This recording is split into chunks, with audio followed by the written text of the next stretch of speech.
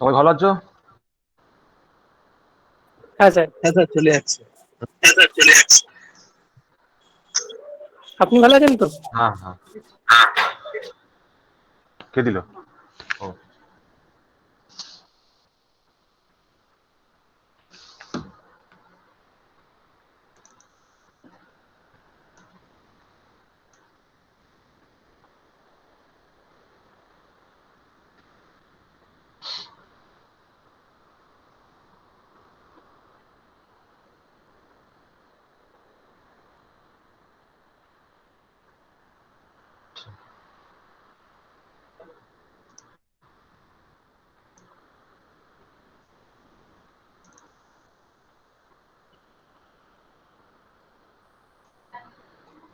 তো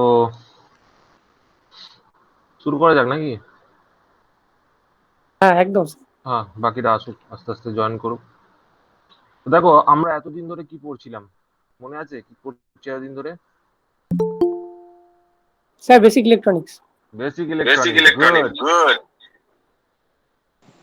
এই তো। স্যার, আলফা বিটা রিলেশন এরপর অঙ্কগুলো হ্যাঁ করাচ্ছিল।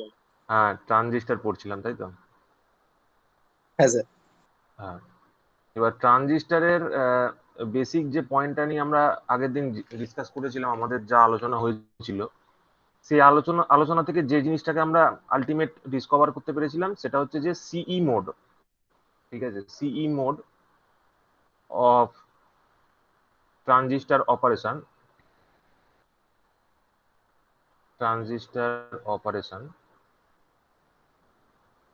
is the best mode, is the best mode of operation। ঠিক আছে, এতদিন ধরে যা পড়াশোনা করছিলাম সেটা এটা প্রমাণ করার জন্য যে কমন এমিটার কনফিগারেশন যেটা, সেই কমন এমিটার কনফিগারেশনটা হচ্ছে সব থেকে ভালো মোড অফ অপারেশন, যেখানে আমরা কি দেখেছিলাম? High current gain as well as and high voltage gain. ঠিক আছে, তো এটাই তো আমার দরকার, which is ultimately leading to high power gain। ঠিক আছে, এটাই তো আমার দরকার। ঠিক আছে, তো এই হাই পাওয়ার গেন কেন আমার দরকার, তার কারণ হচ্ছে আমরা যদি একটা সিই মোডের ট্রানজিস্টরকে ড্র করি, সিই মোডের টিপিক্যাল ট্রানজিস্টরকে কিরকম দেখতে হবে? এমিটারটা নিচের দিকে থাকবে, এইরকম ভাবে আমরা কনফিগারেশনটাকে ড্র করেছিলাম।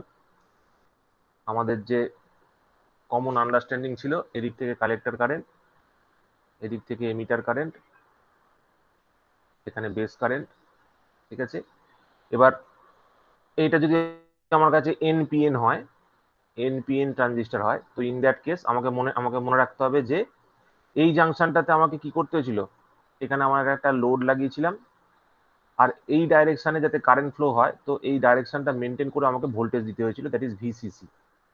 ঠিক আছে, আর এই দিকে কি করতে হয়েছিল, যাতে এই দিক থেকে কারেন্টের ফ্লো হয়, তো সেই জন্য এখানে আমাকে একটা ইনপুট সিগন্যাল রাখার জায়গা দেওয়া হয়েছিল। আর এখানে একটা আমাকে ব্যাটারি লাগানো হয়েছিল, যে ব্যাটারিটা আমাকে আলটিমেটলি হেল্প করছিল, যেটা আলটিমেটলি এই ডাইরেকশনে কারেন্টের ফ্লোটা করাতো।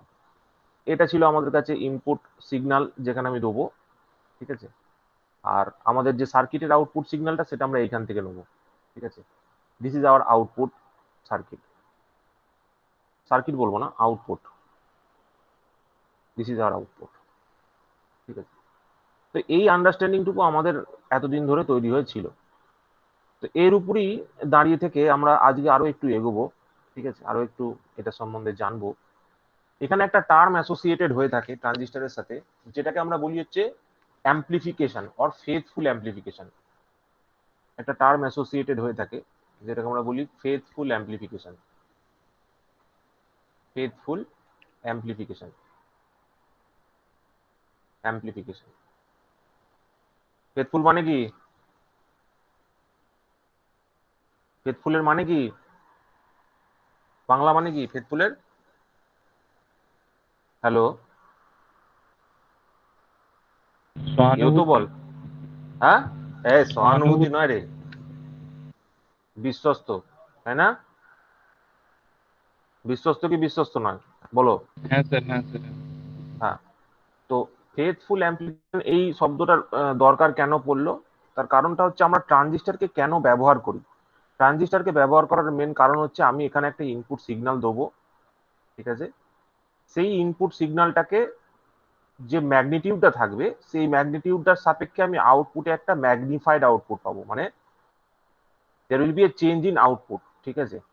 এবার এই চেঞ্জ ইন আউটপুটটা কিসে হবে, এই চেঞ্জ ইন আউটপুটটা হবে আইদার ভোল্টেজ অর কারেন্ট। এখানে ভোল্টেজও থাকতে পারে অথবা কারেন্টও হতে পারে, যে কোনো একটা কিছুতে হতে পারে, ঠিক আছে।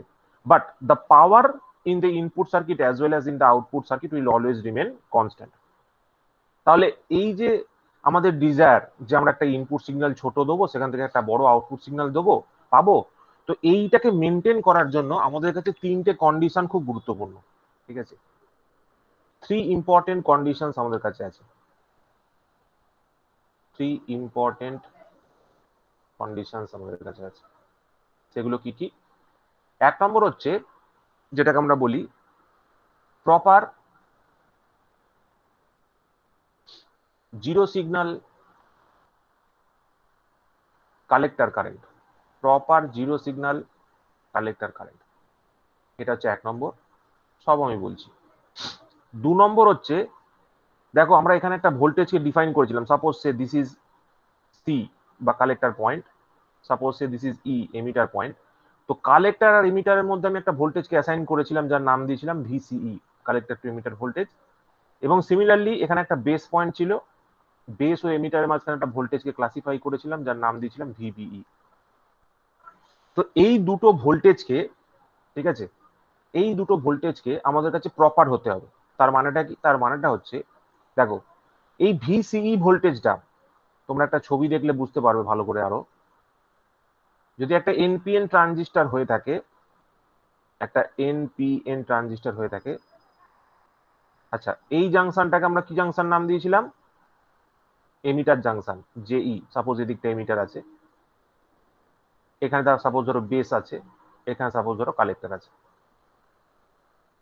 তো এই জাংশনটার নাম আমরা দিয়েছিলাম কালেক্টর জাংশন। এবার বক্তব্যটা হচ্ছে যে এই দুটো জাংশনের একটা কন্ডিশন ছিল যে এমিটার জাংশনকে কি হতে হবে আর কালেক্টর জাংশনকে কি হতে হবে। কে বলবে বলো? কালেক্টর জাংশন জেনারেলি আমরা কি বলতাম, কালেক্টর জাংশন কি হতে হবে, ফরওয়ার্ড বায়াস না রিভার্স বায়াস? বলো। Sir forward bias. হ্যাঁ বল। Reverse reverse. স্যার ভুলে এটা ফরওয়ার্ড হবে স্যার, এটা রিভার্স হবে। হ্যাঁ জেসিটা জেসিটা রিভার্স বায়াস, একটু হ্যাঁ হ্যাঁ, এটা হচ্ছে ফরওয়ার্ড বায়াস। একটু মিউট কর। আচ্ছা গুড ইভিনিং স্যার। এটা হচ্ছে, হ্যাঁ গুড ইভিনিং এইটা হচ্ছে, ভালো আছেন তো? হ্যাঁ ভালো আছি বলো। কি বলবো স্যার? শুনতে পাচ্ছিস? না কিছু বলার নেই, ও বলে দিয়েছে collector junction reverse bias, emitter junction forward bias, এটা বলে দিয়েছে, ঠিক আছে। তো দেখো, তো এই যে দুটো আমরা জাংশনকে পেলাম এবং এদের যে সিচুয়েশনটা ছিল, এই কন্ডিশনটা মানে collector junction at reverse bias and emitter junction at forward bias, এটা আমাদের কি করছিল, ট্রানজিস্টরটাকে অ্যাক্টিভ রিজিয়নে মেনটেন করছিল, তাই তো। তো এই অ্যাক্টিভ রিজিয়নে মেনটেন যদি আমাকে করতে হয়, ট্রানজিস্টরের অপারেশনটাকে যদি অ্যাক্টিভ রিজিয়নে মেনটেন করতে হয়, এটার জন্য আরো একটা জিনিস গুরুত্বপূর্ণ, that is minimum amount of VBE that must be present. মানে বেস এমিটারের মধ্যে যে ভোল্টেজটা আছে সেটাও একটা মিনিমাম অ্যামাউন্টে থাকতে হবে। আর সিমিলারলি এই কালেক্টর টু এমিটার যে ভোল্টেজটা আছে that has to be minimum, মানে মিনিমাম অ্যামাউন্ট অফ ভিসিই। যদি এই তিনটে কন্ডিশনকে স্যাটিসফাই না করে, তাহলে কিন্তু এই ইনপুটের এইখান থেকে এইখানে একটা আউটপুট, মানে এই যে অ্যাম্পলিফিকেশন, ঠিক আছে, এই যে ট্রানজিস্টর যে অ্যাম্পলিফিকেশনের কাজটা করছে, সেই অ্যাম্পলিফিকেশনের কাজটা কিন্তু প্রপারলি হবে না, ঠিক আছে। তো এই তিনটে কন্ডিশনকে মেনটেন করাটাই এক কথায় বলে হচ্ছে ফেথফুল অ্যাম্পলিফিকেশন। কোনো একটা ট্রানজিস্টর যদি এই তিনটে কন্ডিশনকে প্রপারলি মেনটেন করে, that is proper zero signal collector current, কি জিনিস আমি বলছি, minimum base to emitter voltage, এই বেস টু এমিটার একটা কম মিনিমাম ভোল্টেজ রাখতে হবে, আর similarly base to collector minimum voltage, এই তিনটে কন্ডিশন যদি মেনটেন্ড হয় তাহলেই কিন্তু faithful amplification possible. Faithful amplification মানে কি? ফেথফুল অ্যাম্প্লিফিকেশন মানে হচ্ছে আমি যে ছোট সিগন্যালটা ইনপুট দিচ্ছি তার রেসপেক্টে তো আমি আমার আউটপুটটাকে একটু বড় চাইছি, তো সেটা যেন আমার কাছে প্রেজেন্ট থাকে, সেটা যেন আমার কাছে অ্যাভেলেবেল থাকে। ঠিক আছে, এই পয়েন্টটা পরিষ্কার হলো কিনা বলো। আমি তারপর বলছি তোমাদের এই যে proper zero signal collector current ব্যাপারটা কি, এটা আমি বলছি। দেখো যতদূর বললাম কিছু বুঝতে পারলে কিনা বলো। তার মধ্যে দেখো, তার মধ্যে এই দুটো পয়েন্ট অ্যাকচুয়ালি কাকে অ্যাসোসিয়েট করে?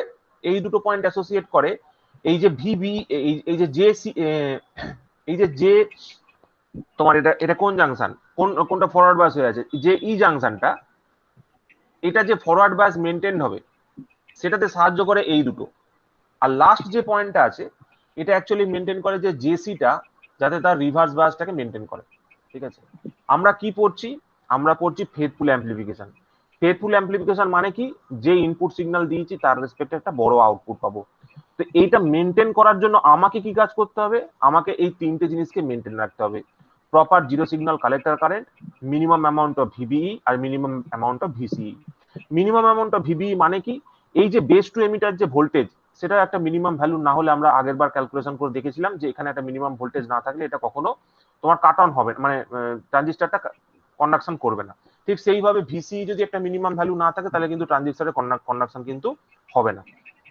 তো এই তিনটে স্যার পয়েন্টকে আমাদের, হ্যাঁ বলো। বলছি স্যার, ছোট একটা জিনিস একটু প্রবলেম হচ্ছে। ওই যে স্যার ভিবি তে যে জাংশনটা, ওটা ফরওয়ার্ড বাস করতে গেলে যে সাপ্লাইটা দিতে হচ্ছে, তাহলে ওই যে ভিবি এর যে সাইনটা, ওটা বি পয়েন্টে এখানে কি প্লাস হবে না মাইনাস? ভি পয়েন্টে প্লাস হবে। এইটা দেখো প্লাস। যদি হ্যাঁ দেখো, ভিবিই বলা মানে হচ্ছে বিটা positive, B at higher potential আর ইটা অ্যাট লোয়ার পোটেনশিয়াল। ঠিক আছে, ভিইটা অ্যাট লোয়ার পোটেনশিয়াল। ঠিক আছে, এইটা খেয়াল রাখবে তাহলেই হবে। ঠিক আছে, ভিবিই বলার মানে হচ্ছে এদিকটা পজিটিভ, এদিকটা পজিটিভ, এদিকটা নেগেটিভ। ভিসিই বলা মানে এদিকটা পজিটিভ, এদিকটা নেগেটিভ। ঠিক আছে, এইভাবে। ঠিক আছে, তো দেখো এই এই পয়েন্টটা তোমাদের কাছে ক্লিয়ার হলো কিনা বলো, এই তিনটে পয়েন্ট যে বললাম। তারপর আমি এটা বলছি জিরো সিগন্যাল কালেক্টর কারেন্ট ব্যাপারটা কি সেটা আমি বলছি।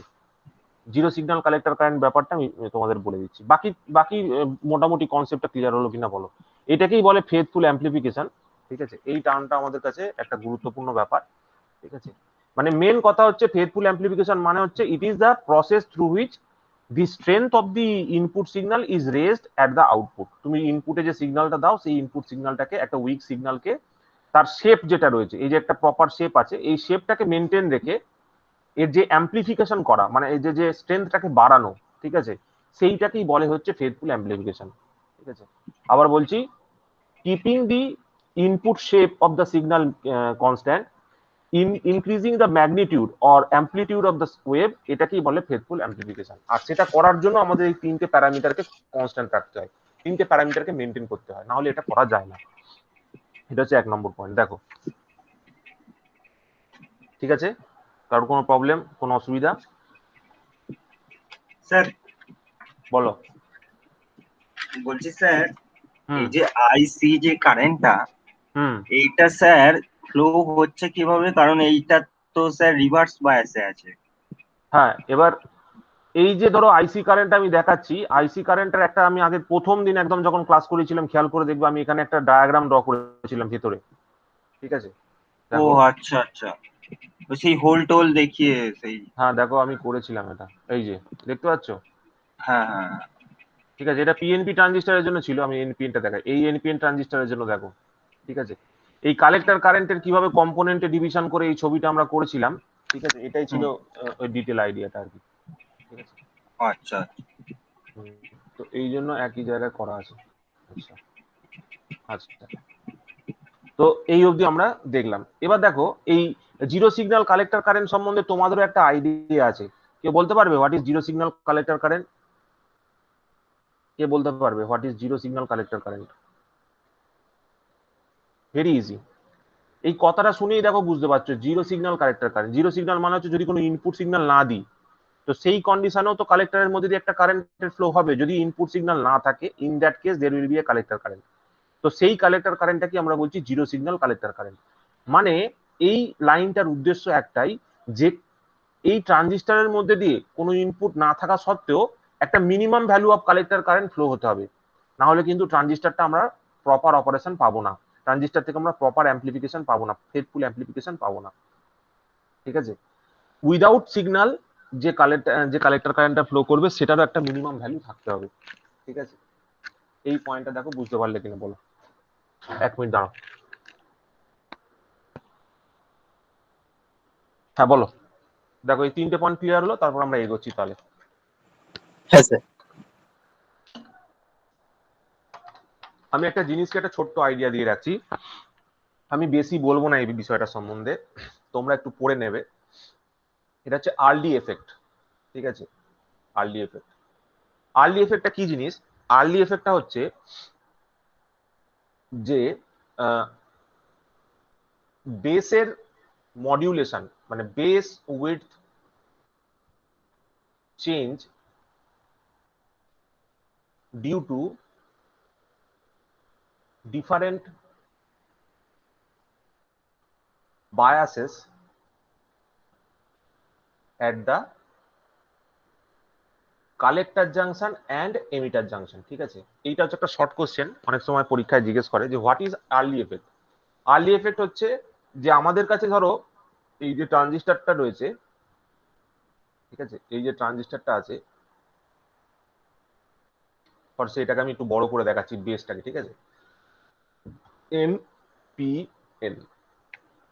এবার ব্যাপারটা হচ্ছে এটা যদি এমিটার জাংশন হয়, এটা যদি কালেক্টর জাংশন হয়, এটা যদি এমিটার টার্মিনাল হয়, এটা যদি কালেক্টর টার্মিনাল হয়, আর এটা যদি বেস টার্মিনাল হয়, তাহলে বলছে যে এই কালেক্টর জাংশনটাকে অ্যাক্টিভ, মানে ট্রানজিস্টরটাকে অ্যাক্টিভ রিজিয়নে রাখার জন্য, ট্রানজিস্টরটাকে অ্যাক্টিভ রিজিয়নে রাখার জন্য আমাদের কাছে যে শর্তটা ছিল, that is collector junction forward bias, collector junction reverse bias and emitter junction forward bias.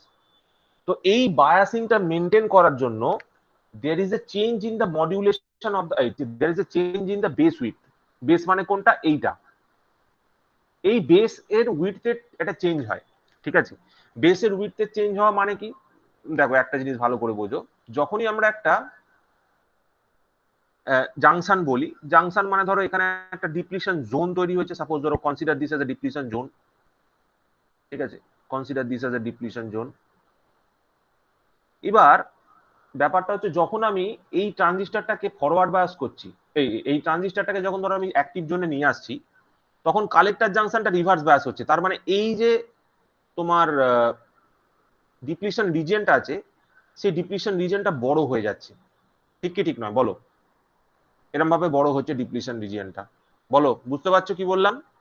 হ্যাঁ স্যার। আর দু হ্যাঁ, নম্বর স্যার। হচ্ছে আর দু নম্বর হচ্ছে কি, এমিটার জাংশনটা যেহেতু ফরওয়ার্ড বায়াস আছে, ফরওয়ার্ড বায়াস থাকার জন্য ওর যে তোমার ডিপ্লিশন রিজিয়নটা সেটা কিন্তু ছোট হয়ে যাচ্ছে। তা দেখো, এই যে আমি নতুন যে উইডথ একটা পেলাম, মানে হচ্ছে এই একটা আর এই একটা, এটা একটা নিউ উইডথ তৈরি হলো। ঠিক আছে, একটা নিউ উইডথ আমরা পেলাম। তো এই ঘটনাটাকেই আমরা বলি হচ্ছে তোমার আর্লি এফেক্ট। ঠিক আছে, ডিউ টু দিস অ্যাকশন, এই ফরওয়ার্ড, এইটা রিভার্স বায়াস এবং এটা ফরওয়ার্ড বায়াসে থাকার জন্য এই যে ট্রানজিস্টরের যে বেসের মডিউলেশন হয়, মানে উইডথের যে চেঞ্জ হয়, সেইটাই এক কথায় বলে আর্লি এফেক্ট। ঠিক আছে, দেখো এবার এই পয়েন্টটা বোঝা গেল কিনা বলো সবার আগে? তোমরা এরপরে বই থেকে আরো ডিটেলে পড়বে, অনেক কিছু লেখা আছে হাবিজাবি। আমি তোমাদের সহজ করে একটা জিনিসটা বললাম, তোমরা এই নিয়ে অনেক ডিটেলে স্টাডি করতে পারো। জাস্ট যেটুকু আমি বললাম সেটুকু অবশ্যই খেয়াল রাখবে। It is nothing but Early এফেক্টকে একটা কথা বলা হয় বেস উইথ মডিউলেশন। আর্লি এফেক্টের আরেকটা নাম হচ্ছে বেস উইথ মডিউলেশন। এবং এইটাকে ঠিক কোথায় আমরা এক্সপ্লেন করতে পারি, দেখো আমরা একটা মোডে অপারেশন করেছিলাম, কোথায় মোডটা গেল দেখছি এক মিনিট, এই দেখো। ঠিক আছে, এইটা হচ্ছে দেখো ভিসিবি মোড। ঠিক আছে, ভিসিবি মোডে আমরা কি করেছিলাম, একটা জিনিস খেয়াল করে দেখো, এই যে আমরা একটা পয়েন্ট থেকে ভ্যালুগুলোকে নিয়েছিলাম, তাই তো? এখান থেকে একটা পয়েন্ট থেকে দেখো এই ভ্যালুগুলোকে নিয়েছিলাম, কালেক্টর কারেন্ট ভার্সেস এই কালেক্টর বেস ভোল্টেজ আর কালেক্টর কারেন্টের এই ভ্যালুগুলোকে একটা পার্টিকুলার রেঞ্জ থেকে আমরা নিয়েছিলাম। তো এইগুলোকে যদি আমরা এক্সটেন্ড করতে থাকি উল্টো দিকে, ঠিক আছে, এগুলোকে যদি আমরা উল্টো দিকে এক্সটেন্ড করতে থাকি, ঠিক আছে, এরকম ভাবে যদি আমি উল্টো দিকে একটা এক্সটেন্ড করতে থাকি, তো আমরা এখানে একটা ভোল্টেজ পাই। ঠিক আছে, একটা নেগেটিভ ডাইরেকশনে, একটা অপোজিট ডাইরেকশনে একটা ভোল্টেজ পাই। এই ভোল্টেজটাই অ্যাকচুয়ালি আর্লি এফেক্ট কে ইন্ডিকেট করে অথবা আর্লি ভোল্টেজ বলা হয়ে থাকে।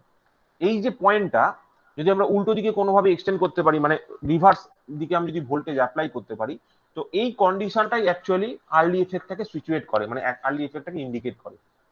ঠিক আছে, যদি এই কার্ভ থেকে বোঝা যায় তো ভেরি গুড, আর যদি না বোঝা যায় কোনো বোঝার এক্সট্রা করে দরকার নেই, জাস্ট ওইটুকু টপিক যেটা আমি ডিসকাস করলাম জাস্ট সেটুকু পয়েন্ট খেয়াল রাখবে তাহলেই হবে।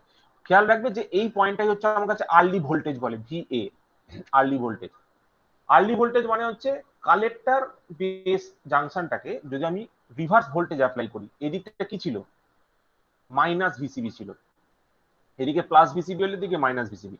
একটা যদি রিভার্স ভোল্টেজ অ্যাপ্লাই করি তাহলে আমরা দেখতে পাচ্ছি কালেক্টর কারেন্টের ভ্যালুটা একটা পয়েন্টে এসে জিরো হয়ে যাচ্ছে। তো যে পয়েন্টে এসে কালেক্টর কারেন্টের ভ্যালুটা জিরো হয়ে যায় সেই পয়েন্টটাই হচ্ছে আমাদের কাছে আর্লি ভোল্টেজকে দেয়। ঠিক আছে, এইটাই অ্যাকচুয়ালি ডিসক্রাইব করে আর্লি এফেক্টটাকে। ঠিক আছে, যে কিভাবে তোমার ওই পুরোপুরি কি বলবো, ওই যে জাংশনের যে মডিউলেশনটা, সেই মডিউলেশনটা এখান থেকে বোঝা যায়। ঠিক আছে, জাস্ট এইটুকু পয়েন্ট খেয়াল রাখবে, বাস, এখানে আর কিছু সেরকম জানার নেই। তো এই পার্টটার পরে এই যে আমরা আর্লি ইফেক্ট নিয়ে ডিসকাস করলাম আর এখানে যে প্রপার বা ফেথফুল অ্যাম্প্লিফিকেশনের কথাগুলো বললাম, এই টপিকের পরে আমরা যে জিনিসটা পড়ি সেটাকে বলা হচ্ছে ট্রানজিস্টর বায়াসিং। ঠিক আছে, অ্যাকচুয়ালি আমরা ট্রানজিস্টর বায়াসিংটা ছোট অনেকক্ষণ আগে থেকেই পড়ছি, ট্রানজিস্টর বায়াসিং। ঠিক আছে, ট্রানজিস্টর বায়াসিংটা আমরা অনেকক্ষণ আগে থেকেই পড়ছি এবং না জেনেই পড়ছি।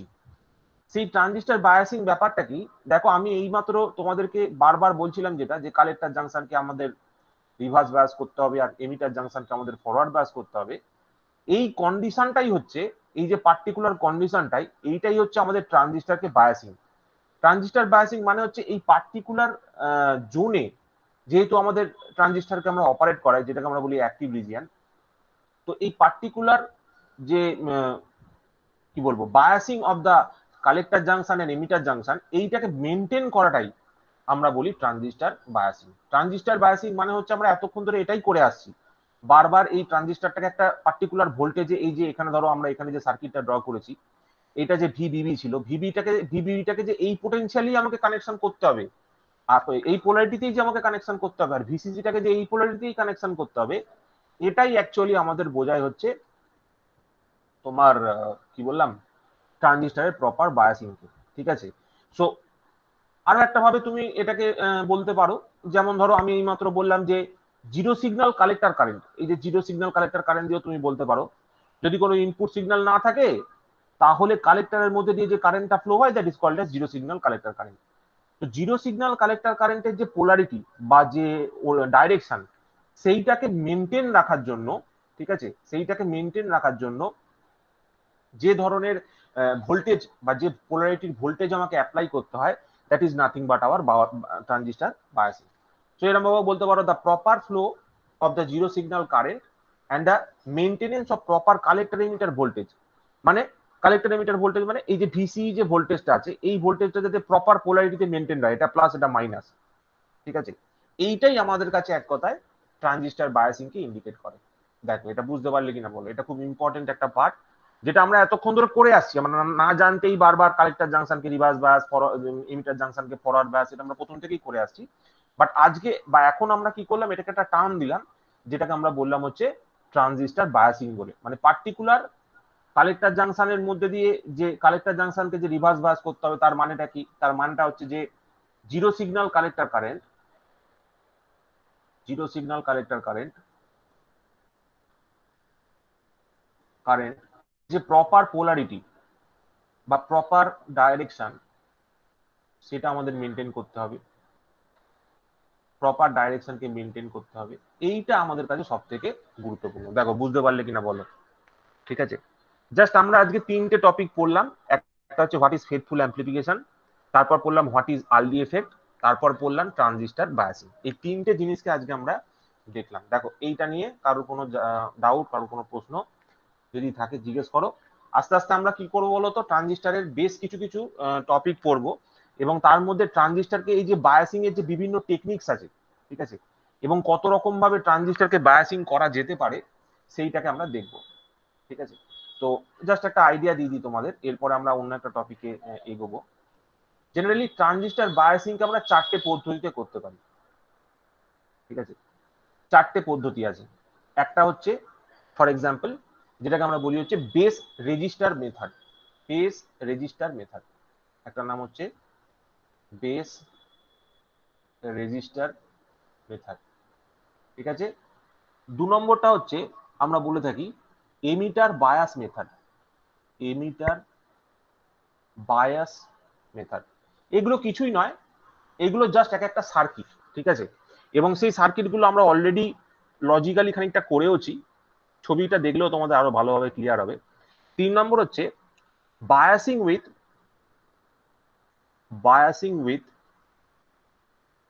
With collector feedback register. Biasing with collector feedback register. ঠিক আছে, কালেক্টর ফিডব্যাক রেজিস্টার। আর লাস্ট মানে যেটা আমরা বেসিক্যালি ইউজ করে থাকি, সব সময় আমরা যেটা ইউজ করে থাকি সেটাকে বলা হচ্ছে voltage divider bias. Voltage divider bias. ঠিক আছে, আমরা যেমন এই কিছুক্ষণ আগে যখন ধরো সিবি সিই সিসি সব কটা মোড পড়লাম, ঠিক আছে, এবং পড়ার পর আবিষ্কার করলাম যে সিই mode is the better option, এবং আমরা সবসময় সিই মোডেই ট্রানজিস্টারকে অপারেট করাবো। তো সিমিলারলি ট্রানজিস্টারের মধ্যে যে বায়াসিং টেকনিক্স গুলো রয়েছে তার মধ্যে এতগুলো প্রসেস আছে বটে, বাট আলটিমেটলি দেখবো this is the best one, এবং এটাকেই আমরা বারবার অ্যাপ্লাই করব। ঠিক আছে, তো এইটা ভেরি ইজি। ধরো আমি একটা এগুলো প্রত্যেকটাকে একটা একটা করে জাস্ট দেখাচ্ছি, তোমরা তাহলে বুঝতে পারবে। প্রথমে হচ্ছে বেস রেজিস্টার মেথড। দেখো 1 নম্বর হচ্ছে, বলো। হ্যালো, আগের পেজ নিয়ে যাবেন? হ্যাঁ হ্যাঁ নিয়ে যাচ্ছি।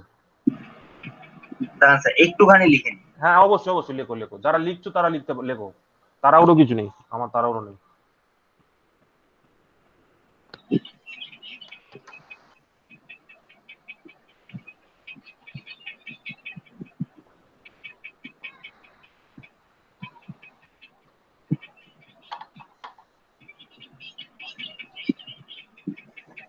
তাহলে ট্রানজিস্টার বায়াসিং মানে কি বুঝতে পারলে তো?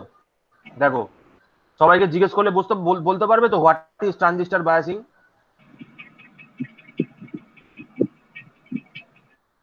অরণ্য, হ্যাঁ স্যার, বুঝতে পেরেছি স্যার। ওই বলো সিস্টেমটাকেই বলে পুরো বলো। সিস্টেমটা যে রিভার্স কালেক্টর জাংশন যে রিভার্স বায়াসে কাজ করছে আর এমিটার হুম জাংশন যে ফরওয়ার্ড বায়াসে কাজ করছে, এই হুম, পুরো সিস্টেমটাকেই বলে ট্রানজিস্টর বায়াসিং, মানে এই বায়াসিং একটা এক্স্যাক্টলি। পার্টিকুলার নাম আর কি।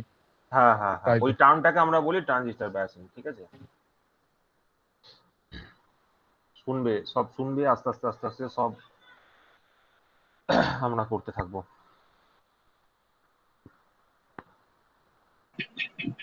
হয়ে গেছে স্যার। হয়ে গেছে, সবাই একটু লিখবে। ঠিক আছে, তাহলে সুবিধাই হবে। প্রথমত হচ্ছে base register method. Base register method, তো দেখো নামটা শুনেই বোঝা যাচ্ছে আমাদের বেসে একটা রেজিস্টার লাগাতে হবে। তো সাপোজ ধরো this was our transistor, NPN transistor. ঠিক আছে, এবার এই এনপিএন ট্রানজিস্টারের আমাদের বেসিক ছবি অনুযায়ী প্রথমেই আইসি দেখাবো, তারপরে আইবি দেখাবো, তারপরে আইই দেখাবো। ঠিক আছে, এবার আমরা জেনারেলি কি করছিলাম তোমার হয়তো মনে থাকবে যে এই পোলারিটিতে যাতে ভোল্টেজটা মেনটেন হয়, এই পোলারিটিতে ভোল্টেজটা যাতে মেনটেন হয়, তো আমরা এইদিকে একটা পজিটিভ এরকম ভাবে সার্কিট কানেকশন করছিলাম। তো সেটাকে আমি এই দিকে না করে, ভালো করে বুঝবে, এই দিকে না করে জাস্ট এইখানে দেখাচ্ছি। এইখানে একটা সাপোজ সে প্লাস ভিসিসি আমি একটা সাপ্লাই দিয়েছি। ঠিক আছে, জাস্ট এখানে একটা প্লাস ভিসিসি সাপ্লাই দিয়েছি, দিস ইজ আরসি রেজিস্ট্যান্স আছে, তার থ্রু দিয়ে এখানে কালেক্ট যাচ্ছে। এই ফিগারটাও যা আগের ফিগারটাও তাই, জাস্ট আমি একটা ছোট করে এখানে দেখিয়েছি। ঠিক আছে, এবার যেহেতু বলছে বেস রেজিস্টার মেথড, এই বেস রেজিস্টার মেথডটা এরকম ভাবে করা হয়, এই সেম ভোল্টেজটাকে আরো একটা রেজিস্ট্যান্সের থ্রু দিয়ে, সাপোজ সে আরবি রেজিস্ট্যান্স, বেস রেজিস্ট্যান্স, সেটা থ্রু দিয়ে এখানে সাপ্লাই দেওয়া হয়। ঠিক আছে, এবার এই যে পোর্শনটা তোমার ধরো ইনপুট সেকশন, এইটা হচ্ছে আমার কাছে ইনপুট সেকশন হয়ে যায়, তখন এইখানে আমি কিন্তু এসি যে আমার ওয়েভ শেপটা থাকবে যেটাকে আমি অ্যাম্পলিফাই করতে চাইছি সেটাকে দেবো, আর এইখান থেকে যেটা আমার আউটপুট কালেকশন করার সেটাকে আমি আউটপুট কালেক্ট করব। এবার এইটা তো আমার কাছে suppose say this is our E, তো this is our basically VBE, base to emitter voltage. ঠিক আছে, আর এখানে যদি ধরো এটাকে আমি কালেক্টর বলি, সি পয়েন্ট বলি, so this will be our VCE, collector to emitter voltage. ঠিক আছে, সাপোজ ধরো this is our B point, this is our B point. So এটা কিছুই নয়, ট্রানজিস্টরকে বায়াস করার জন্য যে মেথড গুলো রয়েছে তার মধ্যে একটা মেথডের নাম হচ্ছে বেস রেজিস্টার মেথড। এতক্ষণ ধরে যে ছবিগুলো আঁকছিলাম দেখো, সেখানে রেজিস্ট্যান্স আমি দেখাইনি বেসেতে, দেখো এখানে কোনো রেজিস্ট্যান্স দেখানো নেই, ঠিক আছে। তো এখানে আমি কি করলাম, ট্রানজিস্টরকে বায়াস করার জন্য একটা পদ্ধতি বার করলাম, যেখানে আমি এই বেসেতে যে সাপ্লাইটা আসছে, ডিসি সাপ্লাইটা আসছে, সেটাকে একটা রেজিস্টারের থ্রু দিয়ে দিলাম এইভাবে। কেন এইভাবে দিলাম, দেখো এখান থেকে তোমরা বুঝতেই পারছো, এটা যদি প্লাস ভিসিসি হয় তাহলে এই ডাইরেকশনে কারেন্টের ফ্লো হবে এবং আলটিমেটলি এদিকে ইনপুট হিসেবে কাজ করবে। তো এখান থেকে একটা আমার কাছে কি আসবে, বেস কারেন্টের কম্পোনেন্ট আসবে। এখানে একটা সিগনিফিকেন্ট ব্যাপার তোমরা ভালো করে খেয়াল করবে, দেখো আমি নোটেশনে আই আর বি ইউজ করছি, দুটো যদি ক্যাপিটাল থাকে এটা ডিসি ম্যাগনিটিউডকে বা ডিসি ভ্যালুকে বোঝায়। Always keep in mind this thing. যদি আমি কোনো জায়গায় ছোট হাতের আই বি ইউজ করি, এইটা বেসিক্যালি এসি কোয়ান্টিটিকে বোঝাবে, ঠিক আছে। তো সব জায়গায় দেখো আমি ক্যাপিটাল আই বি ইউজ করছি, ঠিক আছে, this are all capital values, এগুলো কিন্তু ক্যাপিটাল, মানে সব জায়গায় কিন্তু আমি ডিসি কোয়ান্টিটিকে নিয়ে বা ডিসি ভ্যালুকে নিয়ে আলোচনা করছি, কোনো জায়গায় কিন্তু আমি এসির কথা বলিনি, ঠিক আছে। তো এইটা হচ্ছে বেস রেজিস্টার মেথড, যেখানে তোমরা একটা সহজ জিনিস বলতেই পারো, যে এখানে তো বাকি সমস্ত কিছু তোমার অ্যাপ্লাই হবে। দেখো this is basically a common emitter connection, ঠিক আছে, this is basically a common emitter mode connection. তো কমন এমিটার মোড কানেকশনে যে কারেন্ট গেনটা হয় সেটাকে আমরা কি বলি, বিটা বলি। সেই বিটার ক্ষেত্রে কি হয়, output current gain by input current gain. তো আউটপুট কারেন্ট কত হয়, suppose say IC, capital IC, আর ইনপুট কারেন্ট কি আছে, সাপোজ সে আইবি, ঠিক আছে। এইটাই, এই আইবি কারেন্টটাই আমার ভেতর দিকে ঢুকছে, ঠিক আছে, এই আইবি কারেন্টটাই ভেতর দিকে ঢুকছে। So this is our IC by IB beta current gain. তো মেথড চেঞ্জ হতে পারে, আমি কিভাবে বায়াস করছি সেটা চেঞ্জ হতেই পারে, বাট আমার ফর্মুলাটা, আমার এক্সিস্টিং যে ফর্মুলা বা এক্সিস্টিং যে রিলেশনশিপ, সেইটা কিন্তু সবসময় সেম থাকবে, ঠিক আছে। এটা হচ্ছে 1 নম্বর পয়েন্ট। 2 নম্বর একটা পয়েন্ট আছে, সেটা হচ্ছে যে তোমরা কেসিএল কেভিএল অ্যাপ্লাই করতে শিখেছো, এবং সেই কেসিএল কেভিএল এর অ্যাপ্লিকেশন থেকে আমাকে কেউ বলতে পারবে যে আমি কি এই যে ইনপুট সার্কিটে এইখানে একটা কেসিএল অ্যাপ্লাই, কেভিএল অ্যাপ্লাই করতে পারি এই সার্কিটটাতে, এই পোর্শন অফ দা সার্কিটে এখানে কি একটা কেসিএল ইকুয়েশন লিখতে পারি? কিভাবে কেসিএল ইকুয়েশনটা লিখবো দেখো ভালো করে বোঝো। এই পয়েন্টটা অ্যাকচুয়ালি গ্রাউন্ডেড আছে, ঠিক আছে, এই পয়েন্টটা না বলা, কিছু না বলা থাকলেও তোমাকে ধরে নিতে হবে দিস পয়েন্ট ইজ গ্রাউন্ডেড। তার মানে আমি যদি শুধু ইনপুট সার্কিটটা দেখি, দেখো এখানে একটা ভিসিসি ভোল্টেজ আছে, এখানে একটা রেজিস্ট্যান্স আছে, আর একটা ভিবি ড্রপ আছে। বলতে পারবে এখানে ইকুয়েশন কি হবে, কেভিএল কেসিএল ইকুয়েশন, কেসিএল নয় কেভিএল ইকুয়েশন কি হবে এই এই লুপটাতে? এইখানে এই এই ডাইরেকশনে যে কারেন্টের ফ্লোটা হবে, ঠিক আছে, এই ডাইরেকশনে যে কারেন্টের ফ্লোটা হবে, বা ধরো এই ডাইরেকশনে যে কারেন্টের ফ্লোটা হবে, এটাকে আমরা কিভাবে এক্সপ্লেন করতে পারি? দেখো এটা লিখতে পারি ভিসিসি ইকুয়ালস টু আইবি আরবি প্লাস ভিবিই। দেখো এটা লিখতে পারি কিনা বলবে।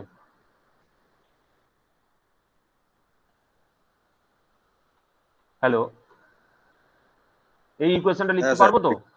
হ্যাঁ, তো দেখো, হ্যাঁ, তো এখান থেকে দেখো, এখান থেকে আমার উদ্দেশ্যটা হচ্ছে কিছুই না, আরবিটাকে বার করা। তো আরবি কত হবে, VCC minus VBE divided by IB যদি করে দিই, তাহলে সেখান থেকে আমি কত পেয়ে যাব, আরবি পেয়ে যাব, ঠিক আছে। তো এই আরবিটা আমার কাছে কজ অফ ইন্টারেস্ট, কারণ আমি বেস রেজিস্টার মেথড পড়ছি, তো এই জন্য আমরা এইটুকু এখান থেকে জানবো। জাস্ট আমাদের এখানে এই কেভিএল ইকুয়েশনটা লিখতে পারলেই হবে, এই কেভিএল ইকুয়েশনটা থেকে, এই কেভিএল ইকুয়েশনটা লিখতে পারলেই হবে, যেখান থেকে আমরা বেস রেজিস্টারের ভ্যালুটা ডিটারমাইন করব। আর কিছু আমাদের এখানে জানা নেই, বাকি সবকিছু রিমেইনিং সেম, ঠিক আছে। আমাদের মেন যে কারেন্টের ডাইরেকশন, ঠিক আছে, কালেক্টর কারেন্ট উপর থেকে নিচের দিকে, বেস কারেন্টের দিক থেকে এদিকে, অ্যামিটার কারেন্টের দিক থেকে এদিকে, জাস্ট এই লজিকটুকুকে মেনটেন করলেই আমাদের হয়ে যাবে। বলো কে কি কোশ্চেন করছিলে, বলো। বলছি স্যার লুপটা কোনটা হলো? লুপটা অ্যাকচুয়ালি হলো এরকম হলো, দেখ এখানে একটা ভিসিসি ছিল, এখানে একটা রেজিস্ট্যান্স ছিল আরবি, তারপর এখানে একটা ব্যাটারি ছিল ধরে নে, দিয়ে এটা গ্রাউন্ড আছে, দিস ইজ আরবি, এদিকে যে কারেন্টটা ফ্লো করছে দ্যাট ইজ আইবি, আর এখানে একটা ভোল্টেজ ড্রপ আছে দ্যাট ইজ ভিবিই, ঠিক আছে। তাহলে এই যে সার্কিটটা রয়েছে, এই সার্কিটটাকে আমি এইভাবে লিখতে পারি না, যে ভিসিসি মাইনাস আরবি আরবি আইবি আরবি মাইনাস ভিবিই ইকুয়ালস টু 0, ঠিক আছে।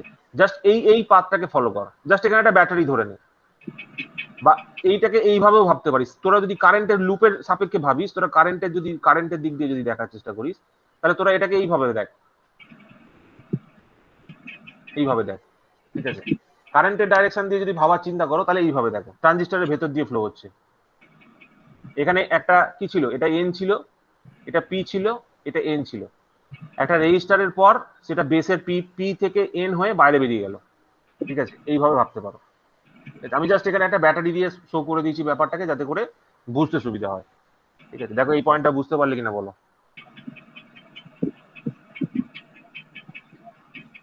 কিছুই না, এগুলো ভেরি ইজি। জাস্ট এই সার্কিট কনফিগারেশনটা তোমাদের খেয়াল রাখলেই হবে। কিছু কিছু পরীক্ষায় দেয়, ম্যাক্সিমাম এসএসসি যেই লেভেলে তো দেওয়ার সম্ভাবনা কম আছে, তবু আমি একটু পড়িয়ে রাখছি যাতে তোমরা বুঝতে পারো, কারণ এটা আমার পরে কাজে লাগবে, ঠিক আছে? তো জাস্ট এটা একটা সিম্পল সার্কিটটা হলো, দেখো এখানে এখানে কিন্তু এইটাই, ঠিক আছে? আর আরেকটা গুরুত্বপূর্ণ ব্যাপার কি, এখানে একটা রেজিস্ট্যান্সেই কাজ হয়ে যাচ্ছে। আমরা পরে দেখবো মাল্টিপল যখন দেখবো, তখন দেখবে এখানে মাল্টিপল রেজিস্ট্যান্সেস চলে আসছে, ঠিক আছে? আমরা মাল্টিপল রেজিস্ট্যান্সের কনসেপ্ট এর পরে দেখতে পাবো। দেখো এটা হয়ে গেছে, এটা হয়ে গেলে বলো।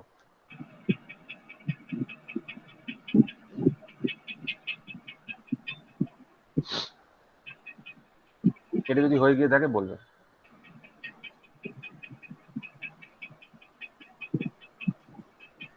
নেক্সট কি সার্কিটটা ছিল? নেক্সট ছিল হচ্ছে এমিটার বায়াস মেথড। দেখো 2 নম্বর হচ্ছে, আগেরটা হয়েছে, এটা সবার হয়েছে বলো, যদি এই সার্কিটটা হয়ে গিয়ে থাকে বলবে। হয়নি মনে হচ্ছে।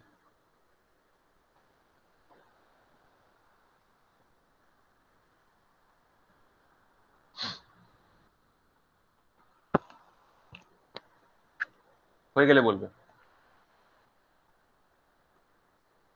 কিছুই নয়, আগে আমরা কি করছিলাম, বেসে কোনো রেজিস্টার ইউজ করছিলাম না। এই কন্ডিশনটা একটা কি করলাম, এক্সট্রা একটা বেসে রেজিস্টার অ্যাড করলাম। আমরা কি পড়ছি, আমরা পড়ছি হচ্ছে ট্রানজিস্টারকে কি করে বায়াস করব। এবার বায়াসের জন্য আমরা একটা সিম্পল মেথড আগে বারবার করে আসছিলাম, তো এটা আরো 3-4টে মেথডে আমি ভাগ করেছি, তার মধ্যে ফার্স্ট সব থেকে ইজিয়েস্ট মেথডটা করলাম। এরপরে আমরা পড়বো যেটার নাম হচ্ছে এমিটার বায়াস মেথড, ঠিক আছে? মানে এতক্ষণ ধরে রেজিস্টারটা বেসে লাগানো ছিল, এর পরে সার্কিটটাই দেখবে যে আমরা রেজিস্টারটা ইউজ করব এমিটারে, ঠিক আছে? Just very easy. চেঞ্জ করি তাহলে।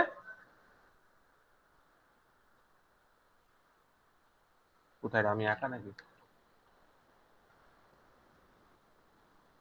হ্যালো, পরেরটায় যাচ্ছি তাহলে। হ্যাঁ স্যার। চলো। হ্যাঁ, দাঁড়াও এক মিনিট। সবাই চুপ করে গেল কেন, কি হয়েছে? Network issue? 2 নম্বর হচ্ছে emitter bias method. Emitter bias method. দেখো এমিটার বায়াস মেথডের ক্ষেত্রে কি হবে, আমরা যে ট্রানজিস্টারটাকে ব্যবহার করেছিলাম সেই ট্রানজিস্টারটা একই রকম থাকবে। এই ট্রানজিস্টারের যে বেসিক যে সার্কিটটা, সেটা একই রকম থাকবে। আমাদের এদিকে এদিক দিয়ে কালেক্টর কারেন্ট ফ্লো হবে, এদিকে বেস কারেন্ট ফ্লো হচ্ছে, আর এদিকে এমিটার কারেন্ট ফ্লো হচ্ছে। এই ছবিটাকে কনস্ট্যান্ট রেখে আমরা যেরকম যেরকম কাণ্ড ঘটিয়েছিলাম, ঠিক সেরকম করব। 1 নম্বর হচ্ছে আমাদের যে ভিসিসি সাপ্লাই ছিল কালেক্টরে, এইখানে একটা প্লাস ভিসিসি সাপ্লাই দেবো। এটা হচ্ছে আমাদের কাছে আরসি, এর জন্য এদিক থেকে এই ডাইরেকশনে কারেন্টের ফ্লো হবে। তো এটা কালেক্টর, এটা হয়ে গেল তোমার এই পোর্শনটা। আর এই যে এমিটার সার্কিটে, যেহেতু এমিটার বায়াস বলেছে, ওই জন্য এমিটার সার্কিটে একটা রেজিস্ট্যান্স ইউজ করতে হবে, আর একটা এমিটারের কারেন্টের ডাইরেকশনটাকে মেনটেন করে একটা ব্যাটারি শো করতে হবে। এমিটারের কারেন্টের ডাইরেকশনটা মেনটেন করে একটা ব্যাটারি শো করতে হচ্ছে, ঠিক আছে? দিয়ে তারপর সেটাকে গ্রাউন্ড করে দিতে হচ্ছে। এই ভোল্টেজটার নাম হচ্ছে ভিই, এই রেজিস্ট্যান্সটার নাম হচ্ছে আরই, ঠিক আছে? আর এইখানে যে রেজিস্ট্যান্সটা, এখানে বেস টার্মিনাল যেটা ছিল, বেস টার্মিনালটাকে একটা রেজিস্ট্যান্সের থ্রু দিয়ে গ্রাউন্ড করা হচ্ছে, ঠিক আছে? এইটাই হচ্ছে জাস্ট ডিফারেন্স। বেস টার্মিনালটাকে রেজিস্ট্যান্সের থ্রু দিয়ে গ্রাউন্ড করা হচ্ছে, এটাই হচ্ছে জাস্ট ডিফারেন্স। এবার এইখানে যদি এটা ই পয়েন্ট হয়ে থাকে, এটা যদি বি পয়েন্ট হয়, এটা যদি সি পয়েন্ট হয় ফর সে, তো দেখো এইখানে আমার কাছে আছে হচ্ছে ভি বিই ভোল্টেজটা এক্সিস্ট করে, ঠিক আছে? আর এইখানে আমার কাছে এক্সিস্ট করে হচ্ছে ভিসিই ভোল্টেজটা, ভিসিই ভোল্টেজটা, ঠিক আছে। তো এই রেজিস্ট্যান্সটার আর কিছুই নয়, এই রেজিস্ট্যান্সটার নাম হচ্ছে আরবি, বা তোমার বেসের যে রেজিস্ট্যান্সটা থাকে সেইটা, ঠিক আছে।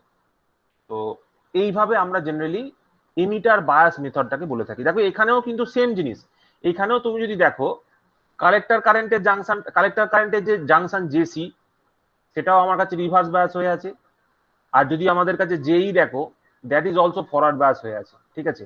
দেখো জেই থেকে যে কারেন্টটা বেরোচ্ছে, জেইতে যদি আমি এটাকে একটা এনপিএন ট্রানজিস্টর ভেবে নিই, এটাকে যদি আমি একটা এনপিএন ট্রানজিস্টর ভেবে নিই, দেখো এনপিএন এর এই এনটাতে ব্যাটারির নেগেটিভ টার্মিনালটা কানেক্টেড আছে, তার মানে this junction is ultimately getting forward biased, ঠিক আছে। এটাকে আমরা আলটিমেটলি ফরওয়ার্ড বায়াস করছি। জাস্ট এইটুকু আইডিয়া থাকলেই আমার মোটামুটি হয়ে যাবে, এখানে আর আমাদের এক্সট্রা কিছু জানার নেই। জাস্ট এই একটা বেসিক সার্কিট আমরা দেখবো, ঠিক আছে, এমিটার বায়াস সার্কিট, ব্যাস, আর কিছু না, ঠিক আছে।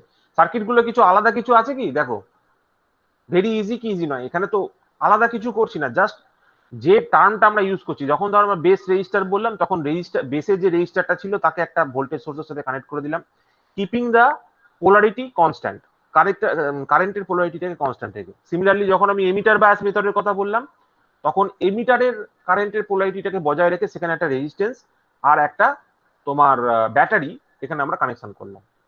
দেখ, কোনো অসুবিধা, কোনো কোশ্চেন জিজ্ঞেস করতে পারো।